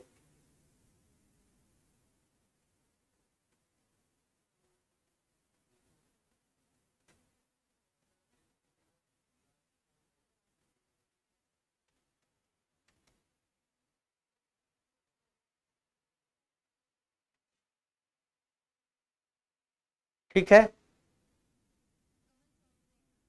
कमल नयन चौबे।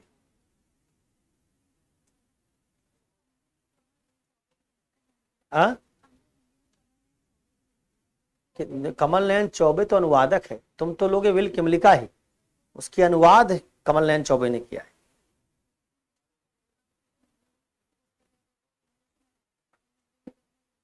तो हिंदी में किताब का ऑथर थोड़े बदल जाएगा, अनुवादक है ना केवल, किताब थोड़ी लिखी कमल नयन चौबे ने, हिंदी में अनुवाद किया है।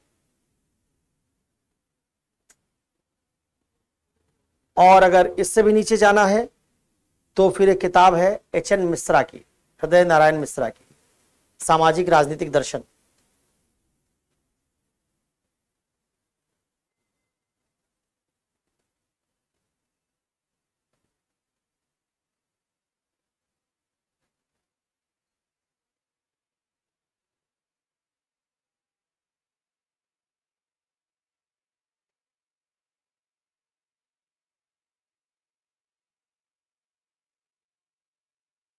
एच एन मिश्रा, हृदय नारायण मिश्रा।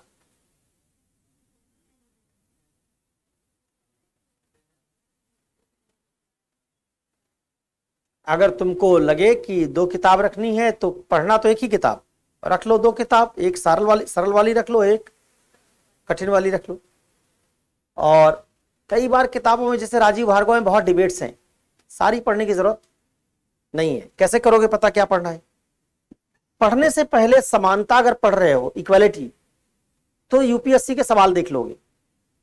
पिछले 8 साल में यूपीएससी में समानता में क्या सवाल पूछे गए, उन्हीं सवालों के जवाब ढूंढने के लिए किताब पढ़ोगे बस। जहां वो किताब बड़ी डिबेट्स पर जाए वहां उसको छोड़ दोगे। ठीक है, इस तरीके से सिलेक्टिव तरीके से किताब का इस्तेमाल करोगे। बेसिक एनसीईआरटी तो पूरी पढ़ोगे, इसी एक चीज में तुमको एनसीईआरटी मिलेगी फिलॉसफी के कुछ खंड में मदद के लिए, बाकी कहीं एनसीईआरटी नहीं मिलेगी। कुछ और लोग जो इंग्लिश मीडियम के हों वो इग्नू का फिलॉसफी का मटेरियल भी इस्तेमाल कर सकते हैं, पीजी वाला, पोस्ट ग्रेजुएशन के लिए इग्नू ने जो मटेरियल बनाया है वो इस्तेमाल कर सकते। ठीक है, दूसरा खंड जो होगा धर्म दर्शन, सेकंड पेपर के भी सिर्फ बात कर रहा हूं, उसमें हिंदी माध्यम के विद्यार्थियों के लिए किताब है वेद प्रकाश वर्मा, वेद प्रकाश वर्मा की धर्म दर्शन की मूल समस्याएं, धर्म दर्शन की मूल समस्याएं।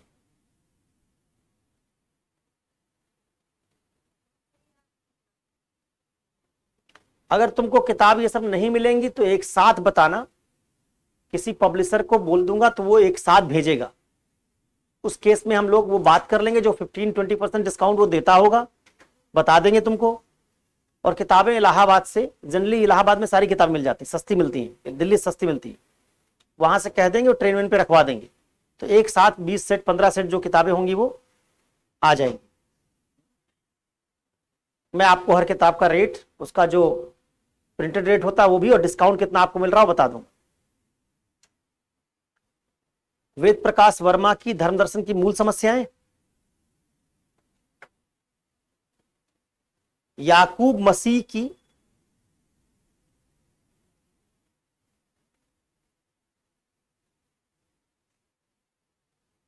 विश्लेषणात्मक धर्म दर्शन, इन दोनों में से कोई एक किताब, चाहे वेद प्रकाश वर्मा लो चाहे याकूब मसीह लो, अंतर भी बता दे रहा हूं दोनों में।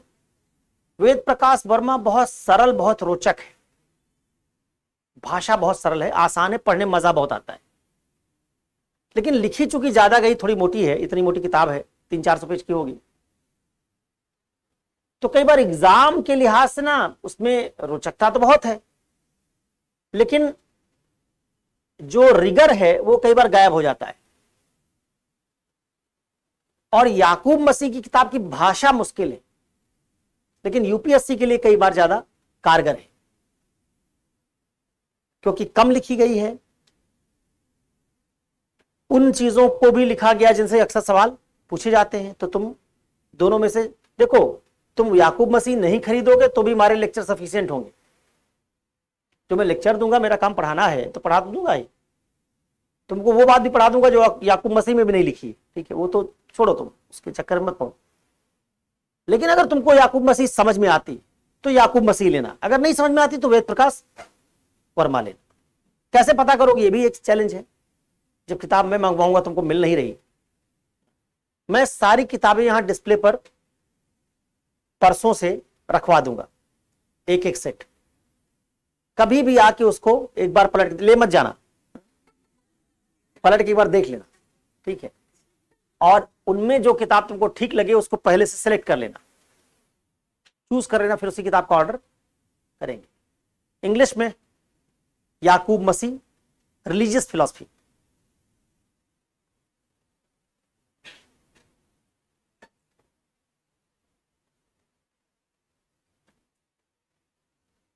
और जॉन हिक की फिलॉसफी रिलीजन, ये दो किताबों में से कोई एक। जॉन हिक फिलॉसफी और रिलीजन,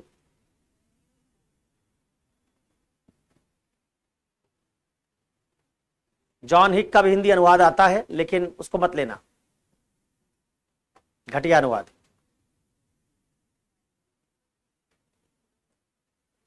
ठीक है, ये सेकंड पेपर की आपकी पुस्तकें हैं। फर्स्ट पेपर पर जब जाएंगे तो फर्स्ट पेपर की किताबों की बात करेंगे, ठीक है। अब और क्या रह गया सवाल?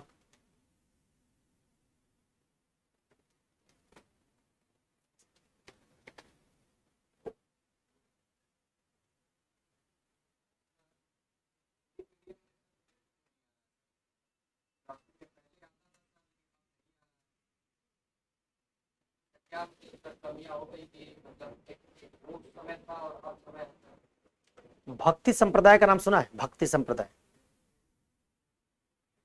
भक्ति संप्रदाय आस्था परक संप्रदाय, रस वाला है। उस संप्रदाय में जब बच्चे दीक्षित होते हैं तो रिजल्ट के लिए नहीं पढ़ते हो, रस लेने के लिए पढ़ते हैं। हिंदी मीडियम के बच्चों को रस की आदत पड़ गई है और उससे इकोसिस्टम खराब हो गया है। पिछला साल पहला साल था ऐसा जब हिंदी मीडियम से फिलॉसफी ऑप्शनल लेकर मेंस लिखने वाला कोई स्टूडेंट था ही नहीं। मेरे पास तो कम से कम नहीं था, लिखा होगा कुछ लोगों ने, लेकिन मेरे पास नहीं था। और ये कारण ये भी है शायद कि मैं 2 साल से पढ़ा नहीं रहा था। तो मुखर्जी नगर कुछ लोग जो आते हैं मिल जाते थे, वो तो पहले आते थे, लिखते थे। 2-2.5 साल से मैं मुखर्जी नगर आया ही नहीं। मैं शायद मुखर्जी नगर पहली बार इसी साल मार्च में आया था, काफी लंबे समय बाद। तो उससे होता क्या था कि जो स्टूडेंट्स आते थे, मिलते थे, उनको समझाया जाता था, उससे 10-20 स्टूडेंट्स हिंदी मीडियम में लेते थे सब्जेक्ट। अच्छा देखो, फिलॉसफी ऑप्शनल के साथ जो खूबी वो ये है कि ज्यादातर किताबें जो हिंदी मीडियम के राइटर की है वही इंग्लिश मीडियम के राइटर की, दोनों लिखा है। तो कंटेंट की लगभग एक रूपता है। टीचर के लेवल पर भी उनको ऐसे टीचर से पढ़ने का मौका मिलता है जैसे इंग्लिश मीडियम के स्टूडेंट हिंदी मीडियम या बाइलिंगुअल मीडियम में पढ़ रहे हैं और सेलेक्ट हो रहे हैं हर साल। इस बार भी 5-6 लोगों का स्टेटमेंट हम लोग छाप ही रहे हैं। इसके बावजूद अगर कोई सब्जेक्ट को नहीं लेता है तो मूर्खता है। और केवल ये नहीं तुम सोच रहे हो कि फिलॉसफी में रिजल्ट गिर गया। पिछले साल तो शायद हिंदी मीडियम से कुछ 10-12 लोग सिलेक्ट ही हुए थे।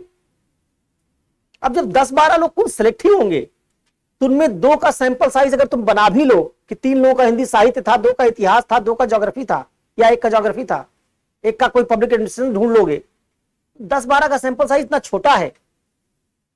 700-800 रिजल्ट में 10-12, और ये पिछले साल भी यही रिजल्ट था, उसके पहले भी यही रिजल्ट था। 2 साल से मेरे जानकारी में 20 से ऊपर हिंदी मीडियम का रिजल्ट नहीं गया। तो जब रिजल्ट की इतनी दिक्कत 2 साल से रही है तो उसमें किसी भी सब्जेक्ट के लिए क्या एडवांटेज हुआ? एक और बात तुमको बताता हूं क्यों ऐसा हो रहा है। ज्यादातर बच्चों ने ना, जैसे वो मॉल खुले, पहले हमारी दुकान होती थी कि हम इस दुकान पे जाएंगे, ये वाला कपड़ा खरीदेंगे, यहां जाएंगे, ये लेंगे, इस डॉक्टर के पास जाएंगे, ये बताएंगे, फिर खुले मॉल, एक बकेट लेके, डोलची लेके कुछ घुसे उसमें और वही सारा सामान खरीद लाए।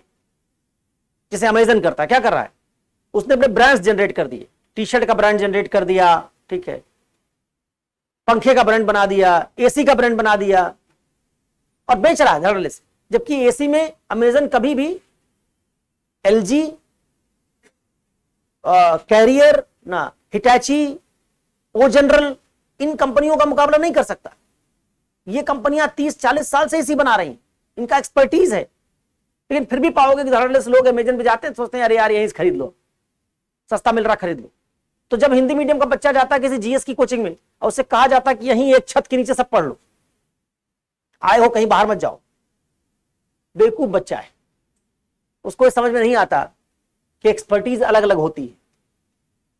तो क्या करता है, कहते हैं कि जीएस लोगे और हिंदी साहित्य भी ले लोगे साथ में तो 20% डिस्काउंट मिलेगा।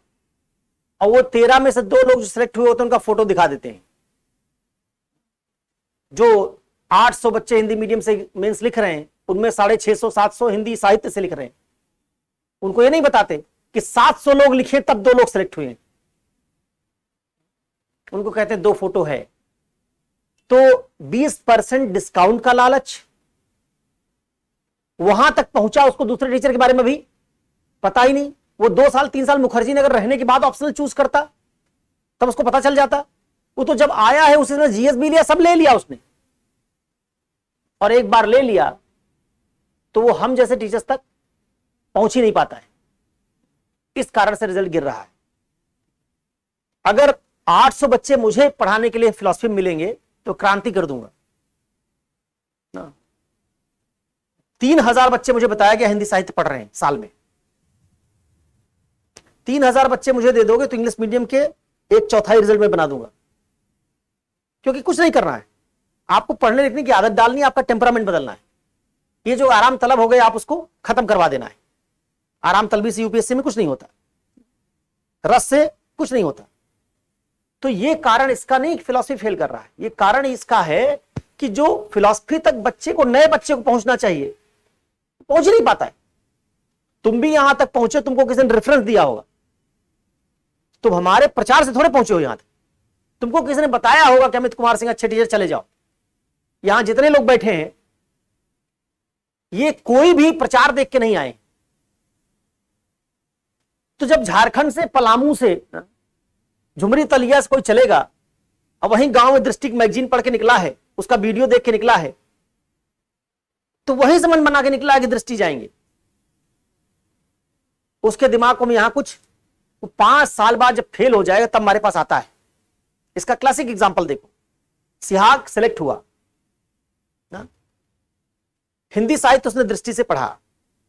वही टीचर जो हिंदी साहित्य पढ़ाते हैं वही इथिक्स भी पढ़ाते हैं, वो निबंध भी पढ़ाते हैं। समझदार स्टूडेंट था, बिरले स्टूडेंट समझदार होते। ऑप्शनल के टीचर से स्टूडेंट का जितना लगाव होता है उतना किसी टीचर से नहीं होता, क्योंकि ऑप्शनल के टीचर के साथ आप सबसे ज्यादा समय बिताते हैं। उसके बावजूद सिहाग ने एथिक्स और निबंध दृष्टि से क्यों नहीं पढ़ा?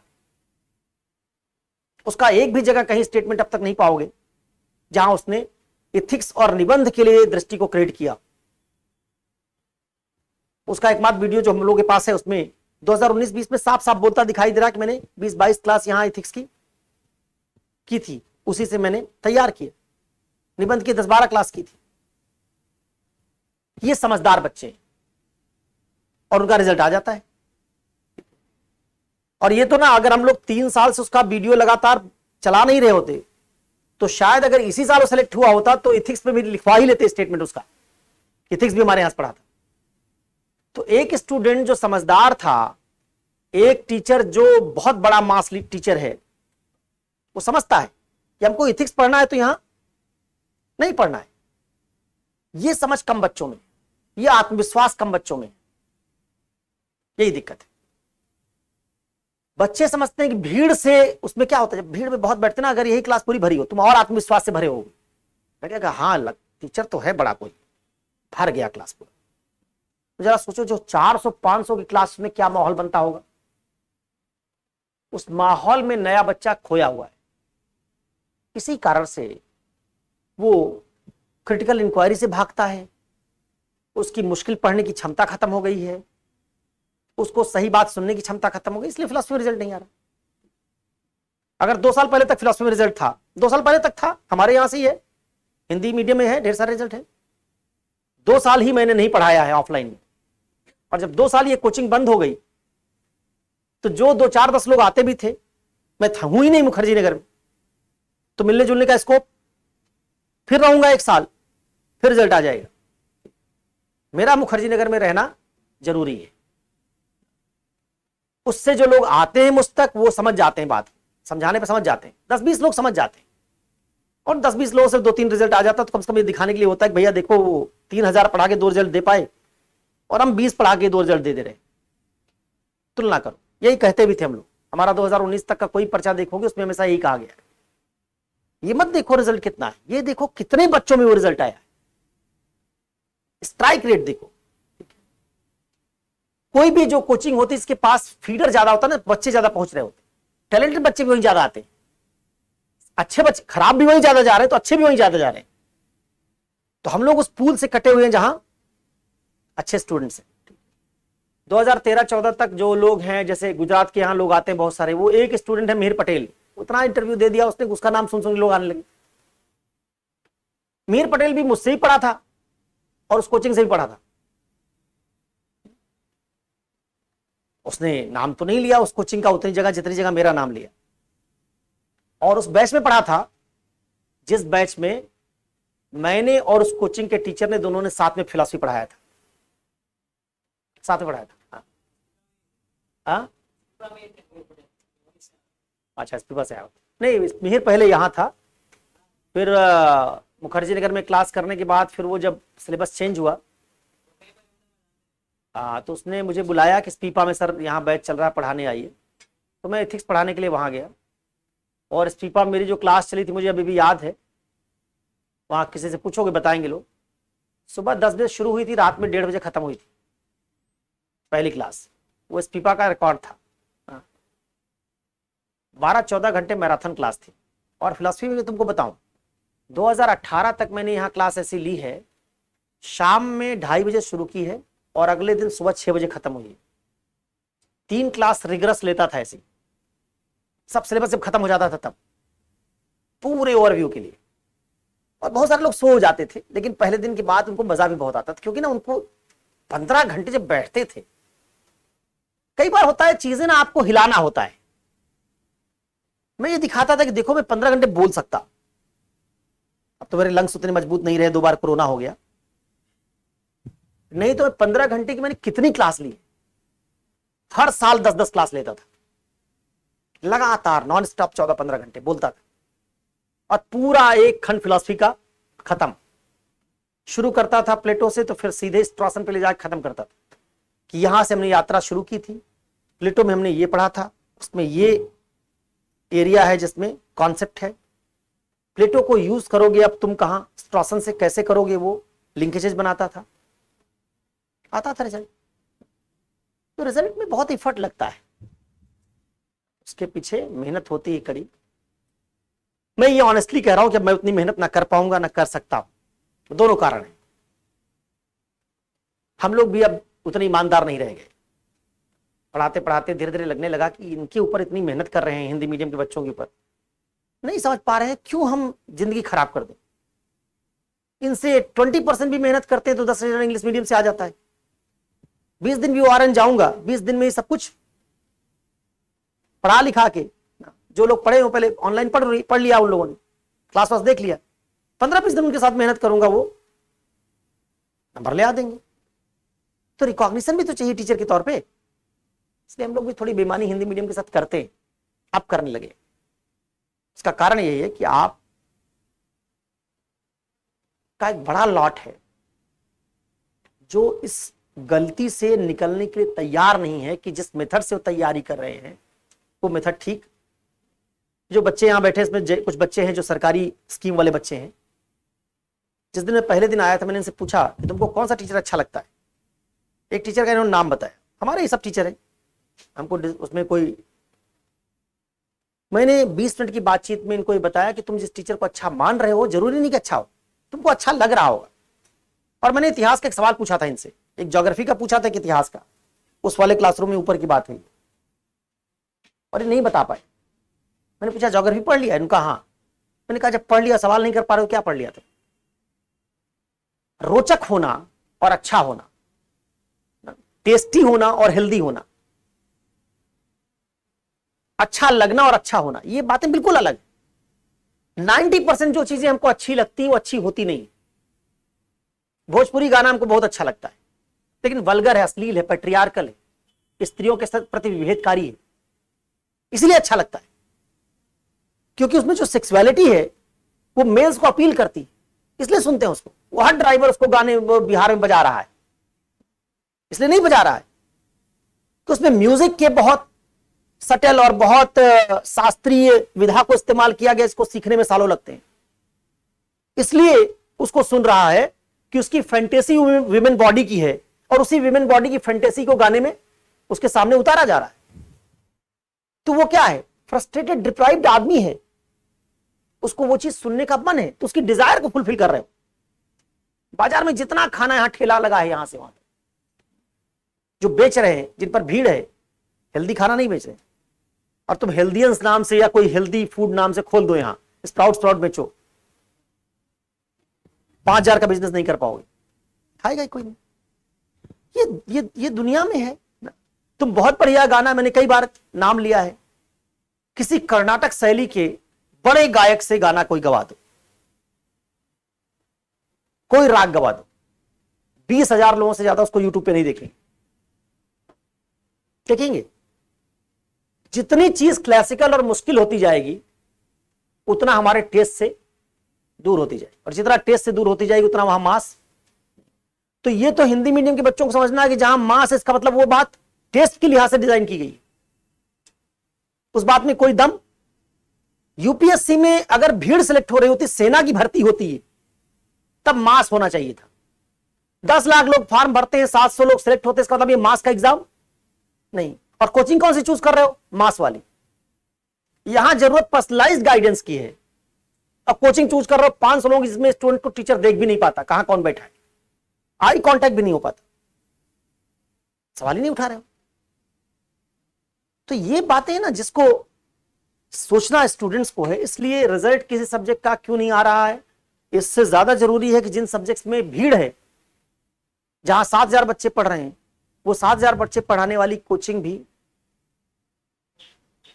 वो 70 रिजल्ट प्रोड्यूस क्यों नहीं कर पा रही। सवाल वहां होना चाहिए, जिम्मेवारी उनकी ज्यादा है। और रिजल्ट तो छोड़ो, प्रीलिम्स लोग नहीं क्रैक कर पा रहे, इसका मतलब कोई गंभीर समस्या इस मॉडल में है। ठीक है, तो मैं आजकल, पहले मैं जिम्मेवारी लेता था, आजकल नहीं लेता हूं। मैं कहता हूं जो पैसा कमा रहे, जिम्मेवारी उनकी है, वो ले। पैसा बाजार में आप कमाएंगे, नाम देश में आप फैलाएंगे, वीडियोस पर मिलियन व्यूज आप बटोरेंगे, तो रिजल्ट भी बताइए आप ना, मॉक करके रिजल्ट बताएंगे आप। और नहीं बता रहे हैं तो उनको एक्सपोज किया जाना चाहिए ईमानदारी से, क्योंकि एक होता है कर्टसी, हम सोचते हैं यार आलोचना क्यों की जाए, लेकिन आलोचना जरूरी है, ठीक है, क्यों ना की जाए। और जिनके बारे में बोल रहा हूं या जिन लोगों के बारे में बोल रहा हूं, मेरे बहुत अच्छे मित्र हैं, बहुत क्लोज फ्रेंड्स हैं हम लोग। इसलिए ये बात जानते हुए कि ये जाएगा यूट्यूब पर, ये बात कह रहा हूं क्योंकि ये सच्चाई है, ये सच्चाई है। हमारी पूरी इंडस्ट्री ने तुम्हारे साथ धोखाधड़ी करना शुरू कर दिया है, तुमको सही बात बता ही नहीं रहे कि एग्जाम आसान नहीं है, मुश्किल है, जूझना पड़ेगा, हमने जो मॉडल बनाया बाजार का मॉडल है, ये इससे काम नहीं चलेगा, किसी एक सब्जेक्ट से कोई रिजल्ट्स नहीं आ सकते, सब रिजल्ट्स नहीं आते, ये बताना पड़ेगा तुमको। ठीक है, मेरे सब्जेक्ट का जहां तक सवाल था उसको मैंने बताया कि मैंने पढ़ाया ही नहीं, मैंने पढ़ाया ही नहीं तो कैसे आएगा। कोई बता दे 2 साल में मैंने एक भी क्लास मुखर्जी नगर में ली हो, एक भी नहीं ली, आया ही नहीं, 2 साल बाद आया। तो वही रीजन है कि जो स्टूडेंट्स हैं उनको एक्सेस ही नहीं था, रीच नहीं था। इंग्लिश मीडियम वाले स्टूडेंट्स में थोड़ा ऑनलाइन का कल्चर था, वो नाम वाम जानते थे मेरा, क्योंकि उनके ग्रुप में लोग सिलेक्ट हो रहे थे तो वो बताते रह रहे थे, तो उससे वो लोग कनेक्टेड थे। हिंदी मीडियम में तो रेफरेंस से आएगा बच्चा नया, उसको तो आना पड़ेगा ना, तो ये कुछ रीजंस थे जिससे नहीं हुआ। ठीक है, सवाल सब पूछना चाहिए जिससे तुमको ना उत्तर सुन के कई बार क्लैरिटी बनती, नहीं तो डाउट बना रहता दिमाग में। ये क्लैरिटी बननी चाहिए। और जो चीज मैं बताता हूं उसको भी हमेशा टेस्ट करते रहना। ऐसा नहीं कि मैंने बता दिया, टेस्ट करो कि क्या इलाहाबाद से दिल्ली तक 2-3 हजार लोग हिंदी साहित्य नहीं पढ़ रहे हैं। टेस्ट करो, क्या 800 लोगों में से 600-650 लोग हिंदी साहित्य विषय से मेंस नहीं लिख रहे हैं? और अगर लिख रहे हैं तो 2 रिजल्ट क्यों है? टेस्ट करो। उन लोगों का जो हिंदी साहित्य से लिख रहे हैं, हमसे एथिक्स नहीं पढ़ा, हमसे निबंध नहीं पढ़ा, पूछो उनका नंबर कितना एथिक्स निबंध में, दूसरी जगहों पर कैसा परफॉर्म कर रहे हैं। तो ये सब चीजें जब तक तुम नहीं देखोगे तब तक ये जितनी हमारी जिम्मेवारी उतनी तुम्हारी भी जिम्मेवारी। स्टूडेंट्स को ये बात बताना जरूरी है कि यूपीएससी का रिजल्ट हम और कोई कोचिंग नहीं बना सकता। उसका रिजल्ट बनेगा प्रोसेस से। करेक्ट प्रोसेस अडॉप्ट करोगे, रिजल्ट बनने की संभावना बढ़ जाएगी। प्रोसेस ही गलत है। एक ही जगह सब पढ़ लेंगे, ये प्रोसेस थोड़ा ठीक है। हम उससे पढ़ेंगे जिसकी उसमें एक्सपर्टीज है। हम वहां पढ़ेंगे जहां बहुत सारे बच्चे हैं, बकवास बात है। मैंने कहा कि भीड़ हमेशा टेस्ट, पैलेटेबिलिटी इन सबसे जुटती है। भीड़ कभी क्रिटिकल इंक्वायरी से नहीं जुटेगी। तो मैं अगर बहुत बड़ा टीचर बन जाऊंगा तो भी मेरा वीडियो कभी 5 लाख लोग नहीं देखेंगे, क्योंकि सिविल सर्विसेज की समझ रखने वाले 5 लाख लोग थोड़े हैं, भाई पसंद ही नहीं करेंगे। 5 लाख लोग उसी का वीडियो देखेंगे जो पहले उसका कैप्शन चमत्कारी बनाए, उसके थंबनेल पे ही कुछ ऐसा लिखे कि सिहाग ने क्या नहीं किया होता, क्या किया होता तो अभी भी सफल ना होते। अब बच्चा देखेगा, क्लिक करें, देखे क्या किया होता, तो पता है ये चमत्कार करना हम नहीं कर सकते। ऐसी बात सतही है, हम लोग उसको बोल ही नहीं सकते। तो हम अपना लेवल नहीं गिरा सकते, हमने अपनी इमेज बना रखी, हम सब इमेज में ट्रैप्ड हैं। मुझे तुम कह दो कि आपके एक वीडियो पर 20 मिलियन व्यूअर देंगे, आप जरा ये वाला वो लगा दीजिए थंबनेल, मैं नहीं लगाऊंगा, क्योंकि मेरी इमेज से मैच नहीं करता है। हमारे वीडियो को 5,000 लोग नहीं 500 लोग देखें, वो बर्दाश्त होगा, लेकिन हम इस तरह के थंबनेल नहीं लगा सकते। हम सीधे लिखते हैं फिलॉसफी का वर्कशॉप, दर्शन शास्त्र क्या है, इथिक्स क्या है, सीधी बात है ना। इसको तड़ाक भड़ाक और देखो आइडेंटिटीज अलग अलग तरह की होती। कुछ लोग बाजार में अपनी आइडेंटिटी बनाते हैं पैसा कमा के। हम लोग समझते हैं कि 15 साल बाद बच्चा याद करेगा कि ठीक है, कोई एक आदमी था जिसमें जब बाजार ऐसा कर रहा था तब भी उसमें वो नहीं कर रहा था,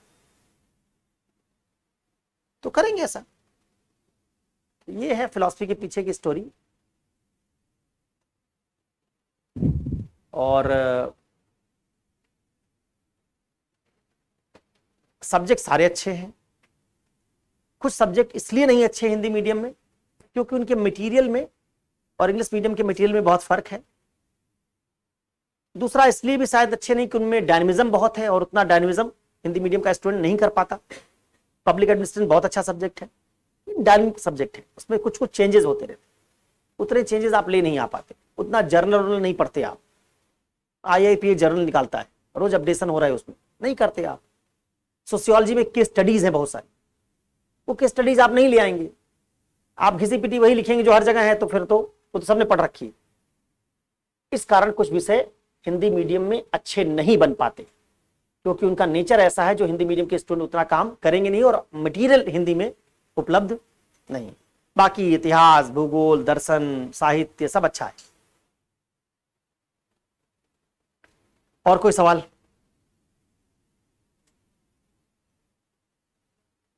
जिज्ञासा सारी समाप्त?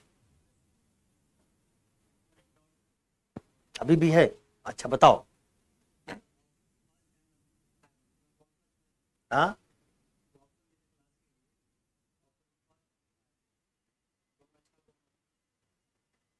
कुछ दिन पढ़ो 5 वाले को, तो हम लोग बदल लेंगे, कुछ ऐसा थोड़े। मेरी राय मत मानो, क्योंकि मेरी राय अब मैं दूंगा तुमको, कहीं ऐसा होता है, देखो कई बार मैं हो सकता था सीधे वही ऑप्शन दे देता जो मुझे ठीक लगता, लेकिन मान लो मैं टीचर हूं एक, और हो सकता है मैं निष्पक्ष ना हूं, मैं अपने हित के लिए मॉडल बना दूं। ये बात तो तुमको पहले से बता दी थी कि 40% क्लास ही पढ़ाऊंगा, तो वो तो उसमें तो कोई दुविधा नहीं थी। वो कैसे पढ़ाऊंगा हो सकता है अपने हित के हिसाब से डिजाइन कर लूं। इसलिए मैं चाहता हूं कि तुम डिसीजन लो जिससे ये ना तुमको लगे इन्होंने अपना मॉडल बनाया और हमारे ऊपर थोप दिया। ठीक है, निष्पक्षता बनी रहे। नहीं तो हम लोग ना सुविधा तो चाहते ही हैं, कोई ऐसा मॉडल ढूंढ लेंगे जो हमको सूट कर रहा हो। तुम सोचो कि क्या ज्यादा ठीक होगा, डिस्कस करो। तो विदा लिया जाए। 6-7-8 दिन थोड़ा और प्रचार होगा, उससे कुछ और बच्चे जुटाने की कोशिश होगी, और जो लोग बीच में इंक्वायरी करेंगे उनको बता दिया जाएगा कि क्लासेस उपलब्ध हैं यूट्यूब पर, उसे देख लें 3 दिन क्या हुआ है, और फिर सीधे सोशल पॉलिटिकल की इंट्रोडक्टरी क्लास से हम लोग बातचीत शुरू करेंगे। सोशल पॉलिटिकल से क्यों शुरू कर रहे हैं? मैं जनरली वेस्टर्न फिलॉसफी से शुरू करना ठीक समझता हूं, क्योंकि मुश्किल खंड है, लेकिन इसलिए शुरू कर रहे हैं 2 कारणों से।